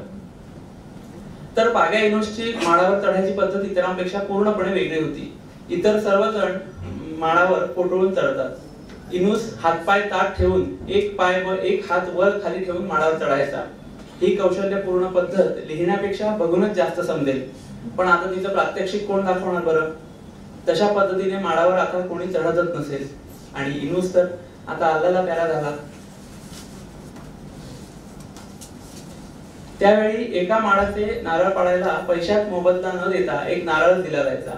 अलीकडे माळावर चढायला यंत्रही आली, तरीही नारळ पाडायला माणसं शोधून मनधरणी करून बोलवावी लागतात. आणखी विशेष म्हणजे नारळ पाडतानाच वाळलेल्या सावळ्या कशा पाडायच्या, माडाचा शेंडा कसा साफ ठेवायचा ते इनूसचं पाहूनच मी शिकलो. शेंड्यातल्या सावळांच्या पिचुंद्र्या काढायच्या, शेंडा साफ करायचा म्हणजे उंदरांना त्यात राहायला जागा मिळू नये. कोवळी शहाळी दोरी लावून उतरण्यासाठी माडाच्या शेंड्यात जायचं. मग दोरी लावून शहाळी अगदी अलगद उतरायची. ते खूप मजेशीर असतं. माडाच्या शेंड्यात बसल्यावर आपण वरून सगळं जग पाहतोय असं वाटायचं. इनूसची बोलण्याची सानुनासिक पद्धत एखाद्या तत्वज्ञासारखी असायची. अभ्यास करण्याला तो डोकं फोडणं असं म्हणायचा. गावातल्या आकाशांकडे त्याचा विशेष स्नेह होता. काम असो वा नसो त्याचं घर त्यांच्या घरासमोर असल्याने असेल कदाचित, पण तो आखूड लुंगी बांधून पायाभोवती हातांची मिठी मारून गप्पा ऐकत अगर सांगत आकाशांच्या अंगणात किंवा ओटीवर बसलेला मला आठवतो. त्याच्या बोलण्याच्या शैलीचा एक मजेदार किस्सा सांगतो तुम्हाला. पोस्ट मास्तर म्हणून निवृत्त झालेले आगाशे मास्तर पडवीतल्या झोपाळ्यावर बसलेले असत. समोरच्या बाजूला हा इनूस त्याच्या नेहमीच्या पद्धतीने बसलेला. मास्तरांचा एक डोळा दुखत होता. त्यांच्या विशिष्ट अशा थरथरत्या आवाजात मास्तरांनी पुढ्यात बसलेल्या इनूसला विचारलं, काय इनूस, होईल ना रे डोळा बरा? इनूस त्याच्या तत्वचिंतनात्मक भूमिकेत म्हणतो कसा, मास्तरानू त्याचा काय बी भडवसा नाही, हा डोला बरा बी होईल नाही तर दुसरा बी फुटल, त्याचा काय भडवसा, अल्लाची मर्जी असेल तसाच होईल. आता काय हसायचं की रडायचं की कपाळावर हात मारून घ्यायचा? हा किस्सा मास्तरांची सून असलेल्या आमच्या आत्याकडून त्याच्या मूळ शैलीत ऐकणं हा एक खास अनुभवच असायचा. अशी माणसं होती त्या काळची, निष्पाप, अकृत्रिम. धार्मिक ऐक्याची कोणतीही कृत्रिम उदाहरणं द्यायची गरजच मला वाटत नाही. अशा संमिश्र वस्तीच्या गावात राहिलेल्या माणसांमध्ये कृत्रिम ऐक्यापेक्षा व्यावहारिक समरसता अंगभूतच असायची. असा हा बागा इनूस त्या काळातल्या मच्छीमार दार्दी समाजाचा प्रतिनिधी. आता काजळीच्या खाडीकाठच्या त्याच्या झोपडीवजा घराची 3-4 टुमदार पक्की घरही झाली असतील. छोट्याशा होडीतून मासे पागवणाऱ्या इनूसच्या मुलाबाळांनी कालोघात मोठे ट्रॉलर्सही बांधलेले असतील. त्याची नातवंड पतवंड अगदी इंग्रजी माध्यमात शिकून सवरून दूरदेशी अगर मालवाहू जहाजांवर लठ्ठ पगाराच्या नोकऱ्याही करत असतील. त्या पापभिरू बागा इनूसचा एखादा फोटो त्या घराच्या भिंतीवर असेल किंवा नसेल तरी माझ्या मनाच्या आतल्या कप्प्यात मात्र त्याचं व्यक्तिचित्र अगदी तसंच्या तसं बंदिस्त झालेलं आहे. धन्यवाद.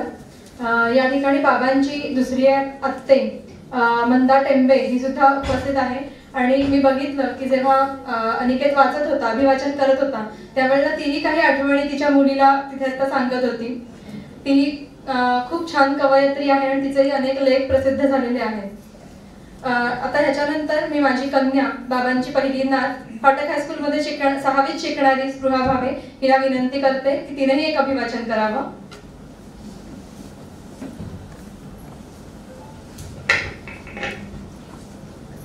बखर कारल्याची या पुस्तकातील लेख क्रमांक 4 काजळी काठचं कारले गाव.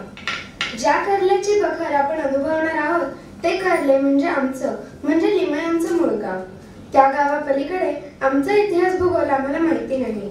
राजापूरहून वडिलांची बदली होताच आम्ही पुन्हा या मूळ गावी अर्थात कर्ल्यात आलो. आमच्या सर्व घरांच्या समोर काजळी नदीची भाट्याची खाडी अखंडपणे वाहते. गावातील काही घरं पश्चिमाभिमुख तर बाकीची उत्तराभिमुख. घरासमोरच्या दरवाजातून खाडीचा वारा सतत गृहप्रवेश करत असतो. जवळच्या शहर भागापेक्षा गावाचं तापमान 2-3 डिग्रीने कमी आणि सुखद असतं. भरती ओहोटीमुळे समोरचं दृश्य एखाद्या चलचित्रपटासारखं सतत बदलत असतं.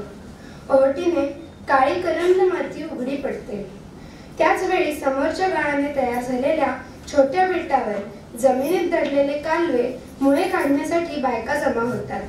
हीच ओहोटीची संधी साधून समोरच्या चिपीची, तिवरांची जमिनीतून वर आलेली मुळं श्वास घेऊन ताजीतवानी होत असतात. या चिपींमध्ये हजारो पक्ष्यांची घरटीही असतात. सकाळी आणि संध्याकाळी हजारो बलाक माला उडत असतात. अर्थात त्यांच्याबरोबर घारी कावळेही असतात. भरतीचं पाणी अलगद वाढतं. या सर्वांना अलगद कवेत घेत खाडी पुन्हा निळेशार होते. छोट्या होड्या, लॉन्चेस पुढे मागे प्रवास करत असतात. साधारण 50 वर्षापर्यंत ही खाडी चांगला जलमार्गच होता.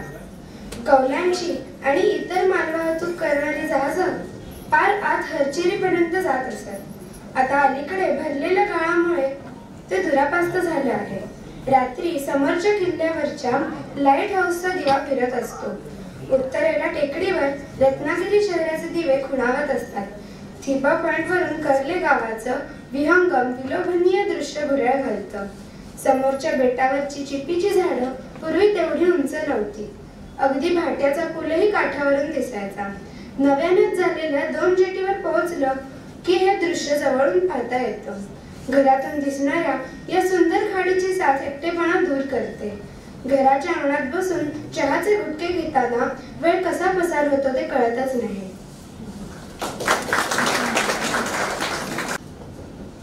धन्यवाद. आणि यानंतर आपण एक छोटासाच पॅराग्राफ घेऊन पुढच्या कार्यक्रमाकडे वळूया. माझी आई सौ मुग्धा लिमये हिला विनंती करते. नमस्कार. कुठेही आपण गेलो तरी आपलं गाव आपल्याला जसं चांगलं वाटतं तसे एक प्रकरण लिहिलेलं आहे. गड्या आपलं गावच बरा. कर्ले गावाला खाडीने तिन्ही बाजूने वेढलेलं आहे. अगदी भारतासारखंच पूर्वेकडच्या शेतजमिनीवरही खाडीचं आक्रमण झालं आहे. पारंपरिक घरं खाडी काठापासून 200 फुटावर होती. आता गावाचं रुपडं पालटलं असलं तरी परंपरागत जमिनीची वाटणी खाडी ते डोंगर माथा अशी होती. ही आग्र जांभ्या गोल आकाराच्या दगडांच्या गडग्याने बांधलेल्या कुंपणात सुरक्षित होती. एकमेकांच्या आग्रात जायला उत्तर दक्षिणेला जेमतेम एका माणसाला जाता येईल अशी अरुंद छोटी उभ्या दगडांची बेडी असत. खाडी काठाला माडांच्या बागा, नंतर रस्ता, त्यानंतर फुलझाडं, भाजीपाला लावण्यासाठी थोडी उघडी जमीन, त्यानंतर घरामागे पोकळीची बाग, मध्यभागी गोल विहीर. या विहिरी 19व्या शतकात पोर्तुगीज कॉन्ट्रॅक्टर्सनी बांधल्याचे दस्तऐवज आहेत. रेडे रहाटाच्या रचना असलेल्या या विहिरी अजूनही भक्कम स्थितीत आहेत. पूर्वी यावरच्या रहाटाने बागांना पाणी दिलं जाईल. गावात घरोघरी वीज येईपर्यंत अगदी 60च्या दशकापर्यंत असे रेडे रहाट होते. शेती थोडी दूर मळे जमिनीत. गावात खूप झाडं होती तऱ्हेतऱ्हेची, अगदी मोठी चिंचेची, जसं रतांबा, रिंगी, जांभूळ, कदंब, ऐन, भेंडी, उंडी, विलायती काजू, फणस, मोठी मोठी झाडं असायची. प्रत्येकाच्या आग्रातल्या रायवळ आंब्यांना त्याच्या प्रकाराप्रमाणे आणि काही विनोदीही नावं असायची. मालगीस, करेर, तांबड्या, आमट्या, लोणच्या अशी विविध प्रकारची प्रत्येकाची चव वेगळी. आंब्याच्या सीझन मध्ये या मोठमोठ्या झाडावर चढणं हे एक मोठं आव्हानच असायचं. मला खूप आवडायचं झाडावर चढायला. झाडावरचे झाडपिके आंबे खायला मिळायचे. झाडपिक्या रायवळ आंब्याची चवच वेगळी. आंबे काढताना झाडावर ते खायची मजाच वेगळी. सुंबाच्या लांब दोरखंडाला बांबूची टोपली बांधून खडाने काढलेले आंबे त्यात अलगट ठेवायचे आणि फाटी भरल्यावर खाली सोडायची एक कसरत असायची. लहान भावंड खाली बसून असायची. या सगळ्यात एक वेगळाच आनंद असायचा. ठिवा पॅलेस वरून पाहिलं तर गावातलं एकही घर दिसत नसे एवढी दाट झाडी होती. तसा एक अविश्वसनीय फोटो आहे आमच्याकडे, मुंबईच्या काकाने काढलेला. आता या पुढचं तुम्ही पुस्तकातच वाचा. धन्यवाद. या खूपच छान अशा 3 अभिवाचनांमुळे तुम्हाला एक छान झलक मिळाली असेल की आपल्याला पुस्तकात नेमकं काय वाचायला मिळणार आहे. आणि याच्यानंतर मी आपले आज विशेष उपस्थित असलेले पाटणे सर, ॲडव्होकेट विलास पाटणे यांचा अल्प परिचय करून देते. ते रत्नागिरी बार असोसिएशनचे अध्यक्ष आहेत. रत्नागिरी एज्युकेशन सोसायटीचे उपाध्यक्ष आहेत. 64व्या अखिल भारतीय साहित्य संमेलन रत्नागिरीचे सेक्रेटरी, मराठी नाट्य संमेलनाचे उपाध्यक्ष आणि परिषद बार कौन्सिल ऑफ महाराष्ट्राचे स्वागताध्यक्ष राहिलेले आहेत. कोकण विकासाच्या अनेक चळवळींचे संयोजन त्यांनी केलेले आहे. तसेच रत्नागिरी जिल्हा शिक्षण संस्थेचे ते माजी अध्यक्ष आहेत. आपल्या सर्वांना परिचित अशी आणखी एक ओळख म्हणजे ते अतिशय अभ्यासू लेखक आहेत. अक्षर प्रकाश, सापडलेले आकाश, संचित, पारिजात, अपरांत अशी अनेक पुस्तके त्यांनी लिहिली आहेत. ते बाबांचे जवळचे मित्र असून त्यांनी बाबांच्या पुस्तकाला प्रस्तावना तर दिलीच आहे, पण मुळात हे पुस्तक होण्यामागचं प्रोत्साहन देखील त्यांनी दिलं आहे. आणि त्यांच्या मैत्रीची खूण म्हणून त्यांना एक छोटीशी भेटवस्तू देण्याची विनंती मी श्रेयाला करते.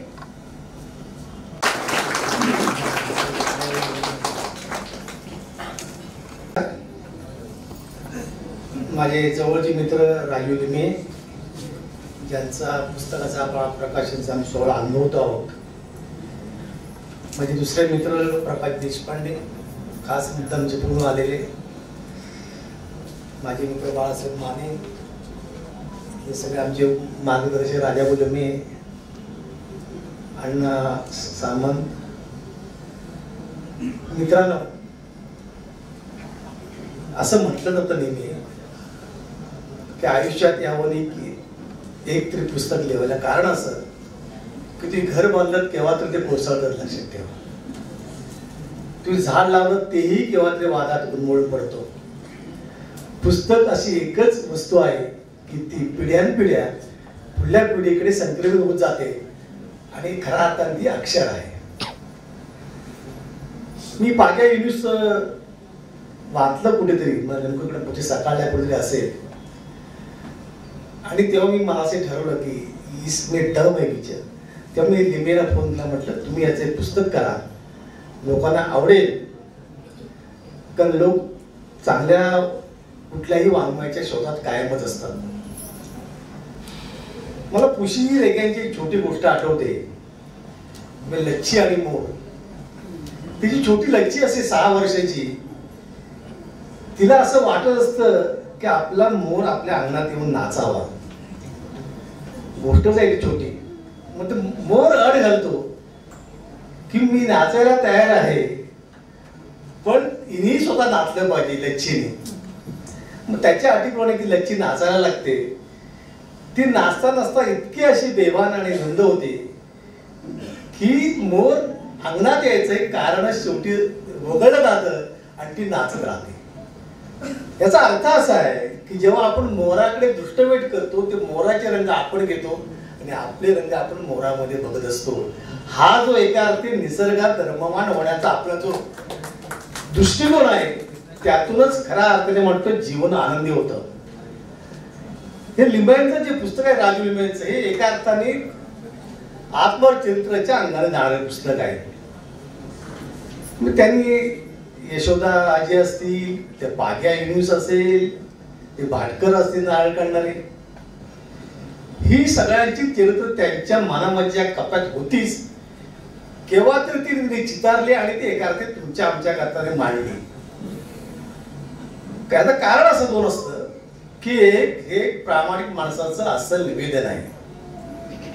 त्यात कुठल्याही प्रकारचा खोटेपणा नाही. जे त्यांच्या मनात आहे तेच ते ओढत आहेत, ते त्यांच्या शब्दात आहे.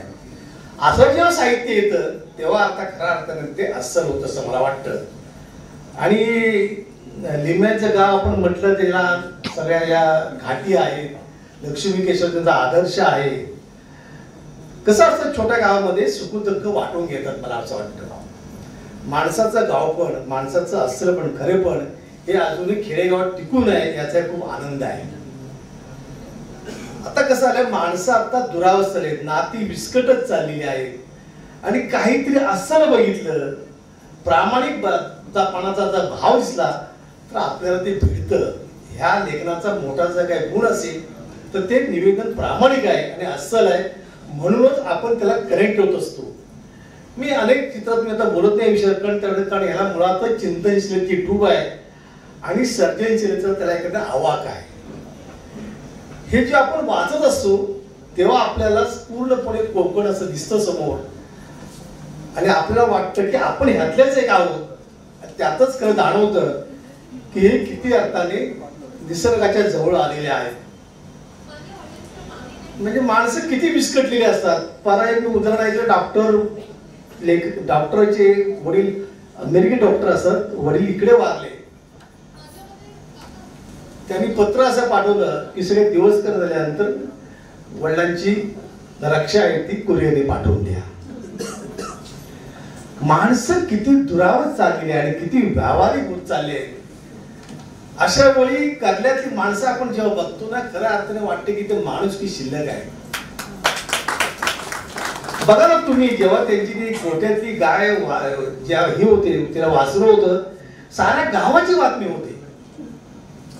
म्हणजे समूह जगणं हा जो प्रकार आहे हा अजून गावात टिकून आहे. याला कारण माणसातलं अस्सलपण अजून टिकून आहे.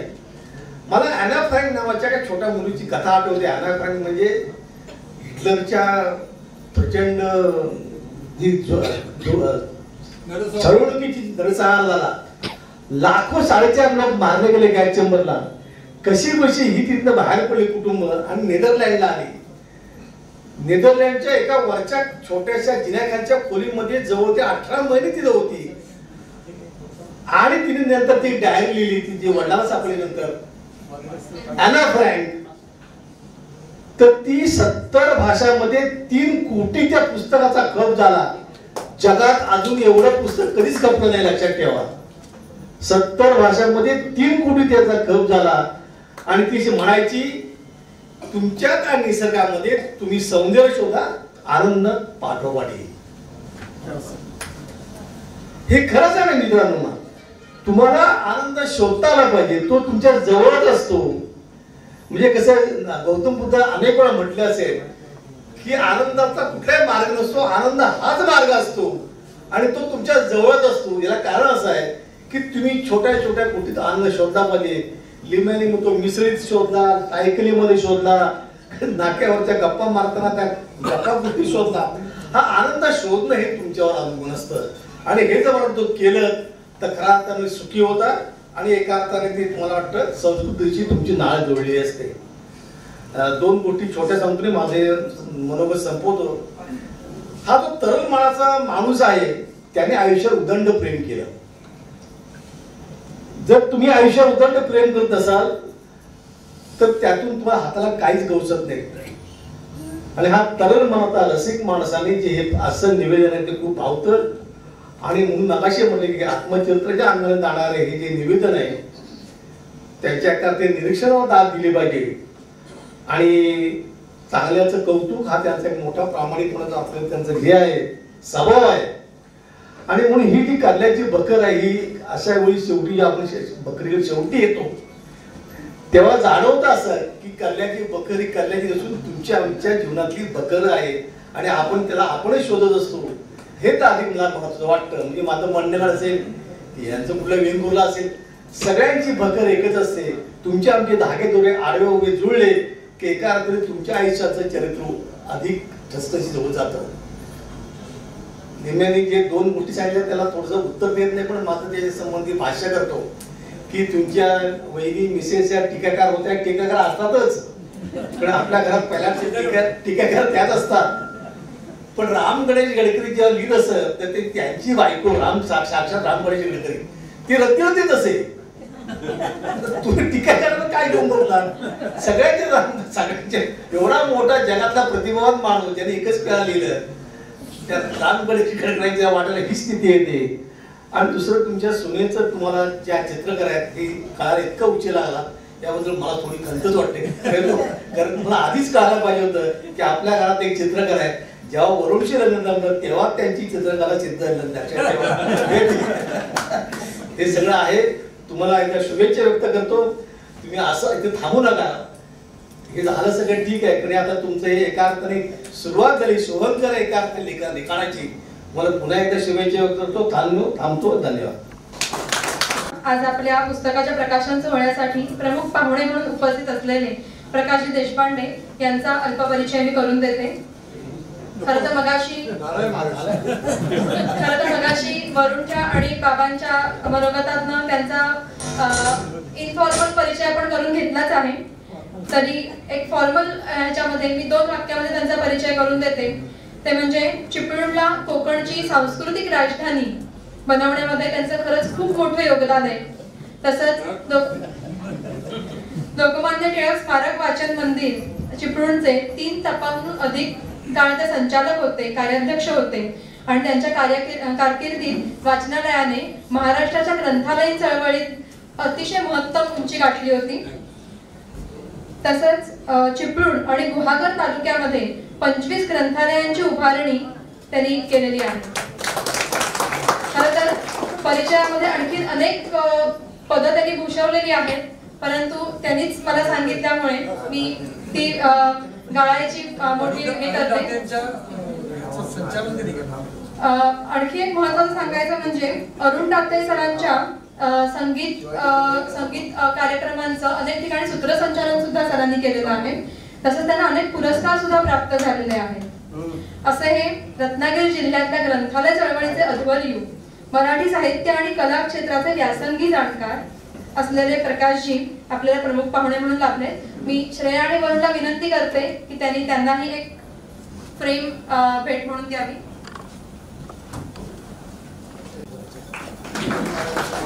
शिवाजी महाराजांची ही फ्रेम आहे. व्यासपीठावरील मान्यवर आणि आपण सगळे राजूचा निरोप आला तुम्ही या म्हणून नाही म्हटलं नाही कारण राजूचे माझे खूप जुने संबंध आहे. राजूनं कर्ले गावाची बखर लिहिली. कर्ले गाव म्हटलं तर त्याला काय गुगलवर शोधलं तर कर्ले गाव कर्ले गावाचे अक्षांश रेखांश वगैरे सगळं मिळतं. हल्ली गुगलवर भरपूर काही मिळत असतं, त्याच्यावर पुस्तकं पण लिहिता येतात. पण मन जाणून घ्यायचं असेल तर गुगलवरचं अक्षांश रेखांश उपयोगी पडत नाही. गावातल्या प्रत्येक माणसाची नाळ जुळायला लागते आणि ती नाळ राजूची जुळलेली आहे.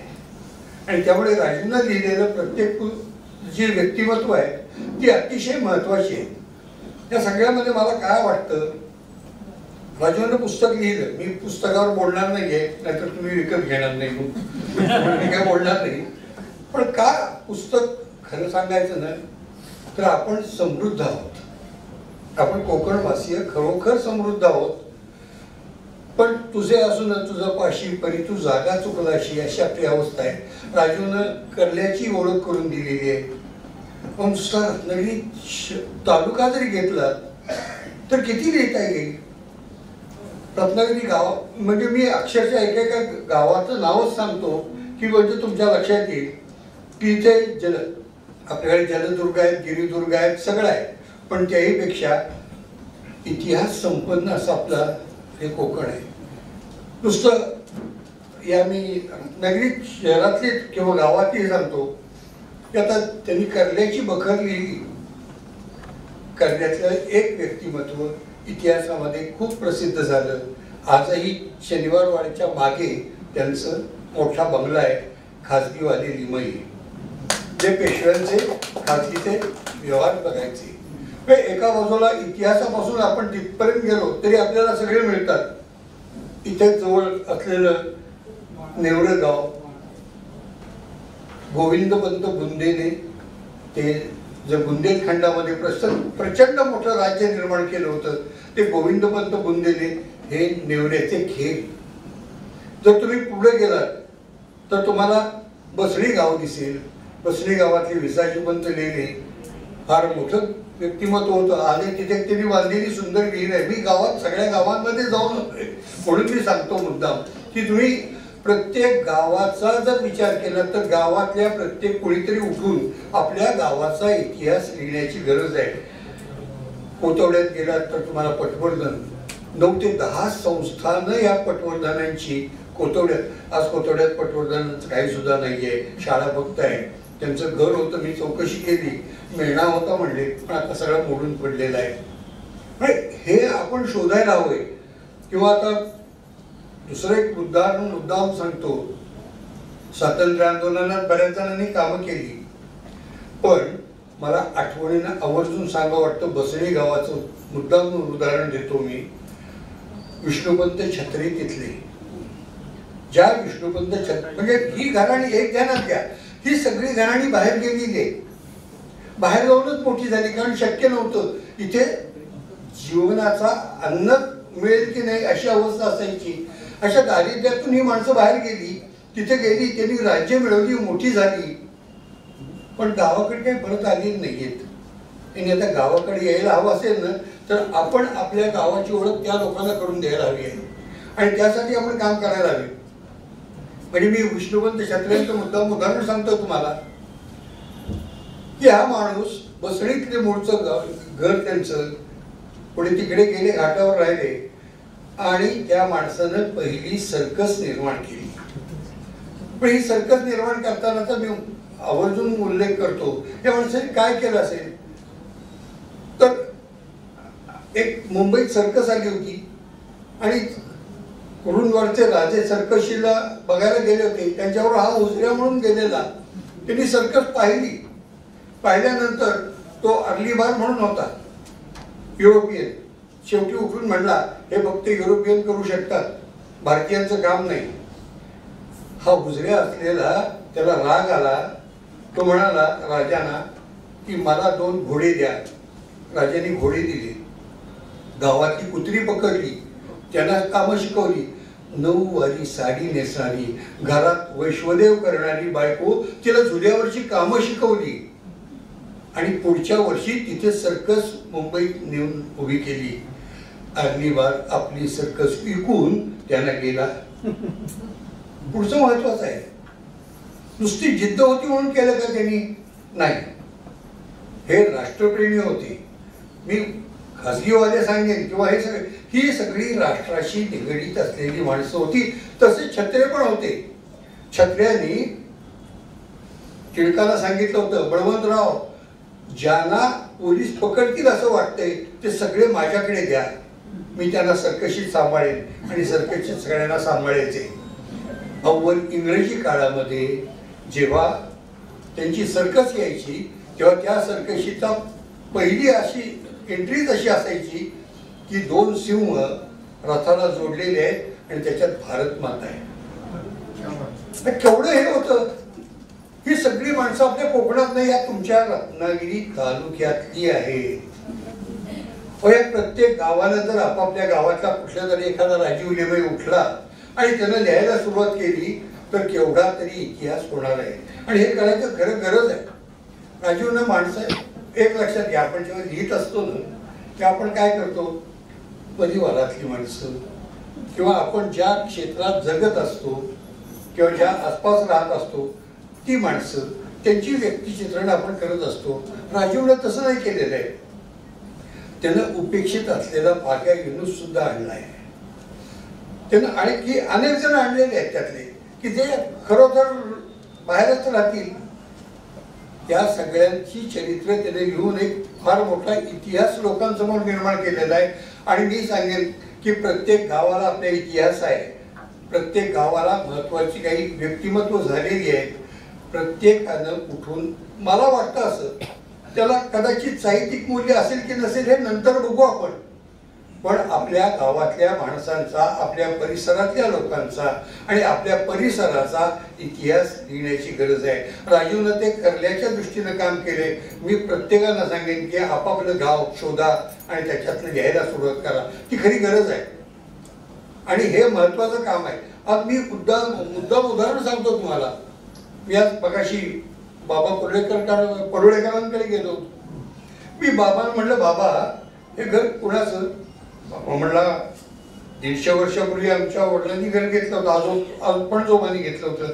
आणि म्हणलं हे घर कोणाचं माहिती आहे का? म्हटलं आठले वकिलांचं घर आहे. म्हटलं ज्या आठले वकिलांनी क्रॉपरला सुद्धा समोर आणून माफी मागायला लावली होती, ते आठले वकील, त्यांचं ते घर. म्हणून होय काय, मला माहित नाही, पुढचं तुला सांगतो. म्हणलं पलीकडे जे घर आहे म्हणजे पतित पावन मंदिरासमोर, तिथे 1854 साली मराठीतलं वर्तमानपत्र निघालं होतं, जगन्मित्र. आज वर्तमानपत्र हा धंदा झालाय. सगळे म्हणजे सगळे शेटजीवच्या लोकांच्याच हातात वर्तमानपत्र आहेत. त्यावेळेला चनुभाऊ वाटल्यानी वर्तमानपत्र काढलं आणि त्यात त्यांनी असं म्हटलं होतं की आम्ही यावर्षी वर्तमानपत्र काढलं, आम्हाला 900 रुपये खर्च आला, वर्गणीतनं 700 रुपये मिळाले. पुढे ते असं म्हणतात की उरलेले 200 रुपये आम्ही पोथ्या छापून विकल्या आणि त्यातून मिळवले. मला असं वाटतं की कधीतरी समोर त्या पतित पावन मंदिराच्या समोर असलेलं आठल्यांची जी जागा आहे ती जाऊन बघा. तिथे पहिलं वर्तमानपत्र 1857ची लढाई आपल्याला माहिती आहे, त्याही पेक्षा आधी आपल्याकडे इथे एक वर्तमानपत्र निघालं होतं. मी म्हणून सांगेन की इथल्या प्रत्येक गावाला इतिहास आहे, प्रत्येक गावाला मोठी मोठी व्यक्तिमत्व झालेली आहेत. राजीवनं जे काम केलेलं आहे ते काम आपल्याला प्रत्येकाला करायचं आहे आणि ते करण्यासाठी तुम्हाला बळ मिळव एवढीच इच्छा व्यक्त करतो आणि राजीवला धन्यवाद देतो. धन्यवाद सर. आपला संपूर्ण कार्यक्रम अतिशय नेटका पार पडलेला आहे. खरं तर थोडासा उशीर झालाय त्याबद्दल मी दिलगिरी व्यक्त करते, पण खरं तर आपला कौटुंबिक कार्यक्रम आहे त्याच्यामुळे आभार प्रदर्शन नाही म्हणणार मी, ऋणनिर्देश करणं मला जास्त योग्य वाटतंय. आपले प्रकाशक सत्वशील प्रकाशनचे प्रमोद कोणकर यांनी आम्हाला सर्वतोपरी जे काही सहकार्य केलं आणि बाबांचं पुस्तक प्रकाशित केलं त्याच्यासाठी जो सपोर्ट केला त्यासाठी आम्ही त्यांचे ऋणी आहोत. तसंच आज उपस्थित असलेले सर्व मान्यवर मंडळी, Prakash Deshpande sir, advocate Vilas Patne sir, Bal Mane, राजा भाऊ, अण्णा सामंत, या सगळ्यांचेच मी ऋण व्यक्त करते. तसंच सौ आणि श्री नलावडे ज्यांनी आपल्याला आजचा हा हॉल उपलब्ध करून दिला आणि अगदी घरचं कार्य असल्यासारखंच आपल्याला मदत देखील केली. या ठिकाणी जे काही पत्रकार बंधू भगिनी उपस्थित आहेत त्यांचीही मी ऋणी आहे. आमच्या आत्याचे यजमान श्री विद्याधर भट पुणे यांनी मुळात पुस्तकाची कल्पना सुचवली आणि त्यासाठी सतत प्रोत्साहन दिलं. तसंच आजारपणाच्या काळात सुद्धा त्यांनी मित्र म्हणून खूप पाठिंबा दिला. त्यांचंही मी ऋण व्यक्त करते.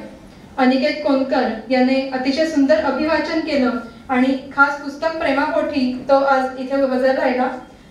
तसंच आमची सगळी आप्त मंडळी आणि वयाने ज्येष्ठ असूनही शारीरिक लिमिटेशन्सवर थोडा त्रास सहन करून बाबांच्या प्रेमापोटी इथे आलेली सर्व ज्येष्ठ मंडळी, तसंच बॅकस्टेज मधले श्रेया, गायत्री, कौस्तुभ, मंदार काका, आनंद काका, स्पृहा, फोटोग्राफर शुभंकर या सगळ्यांचेही मी ऋण व्यक्त करते.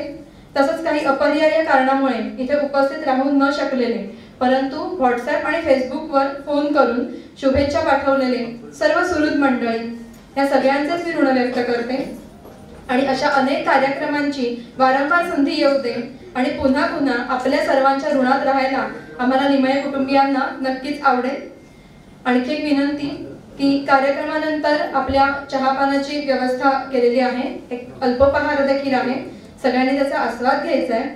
आणि कर्ल्याची बखर हे पुस्तक वाचनासाठी प्रत्येकाने आपल्या जवळ एक प्रत घेऊन जायचे. त्याच्याच बरोबर सत्वाश्री प्रकाशनची आणखीनही पुस्तकं त्याच ठिकाणी बाहेर विक्रीसाठी उपलब्ध आहेत. तीही आपण बघू शकता, घेऊ शकता. सगळ्यांना मी खूप खूप शुभेच्छा देते. बाबांना त्यांच्या उद्याच्या वाढदिवसासाठी सुद्धा आपल्या सर्वांच्या वतीने शुभेच्छा व्यक्त करते. आणि आजचा हा कार्यक्रम अध्यक्षांच्या पूर्व परवानगीने संपला असं जाहीर करते. सगळ्यांनी नक्कीच चहापान आणि अल्पोपहाराचा आस्वाद घेऊन जायचं. धन्यवाद.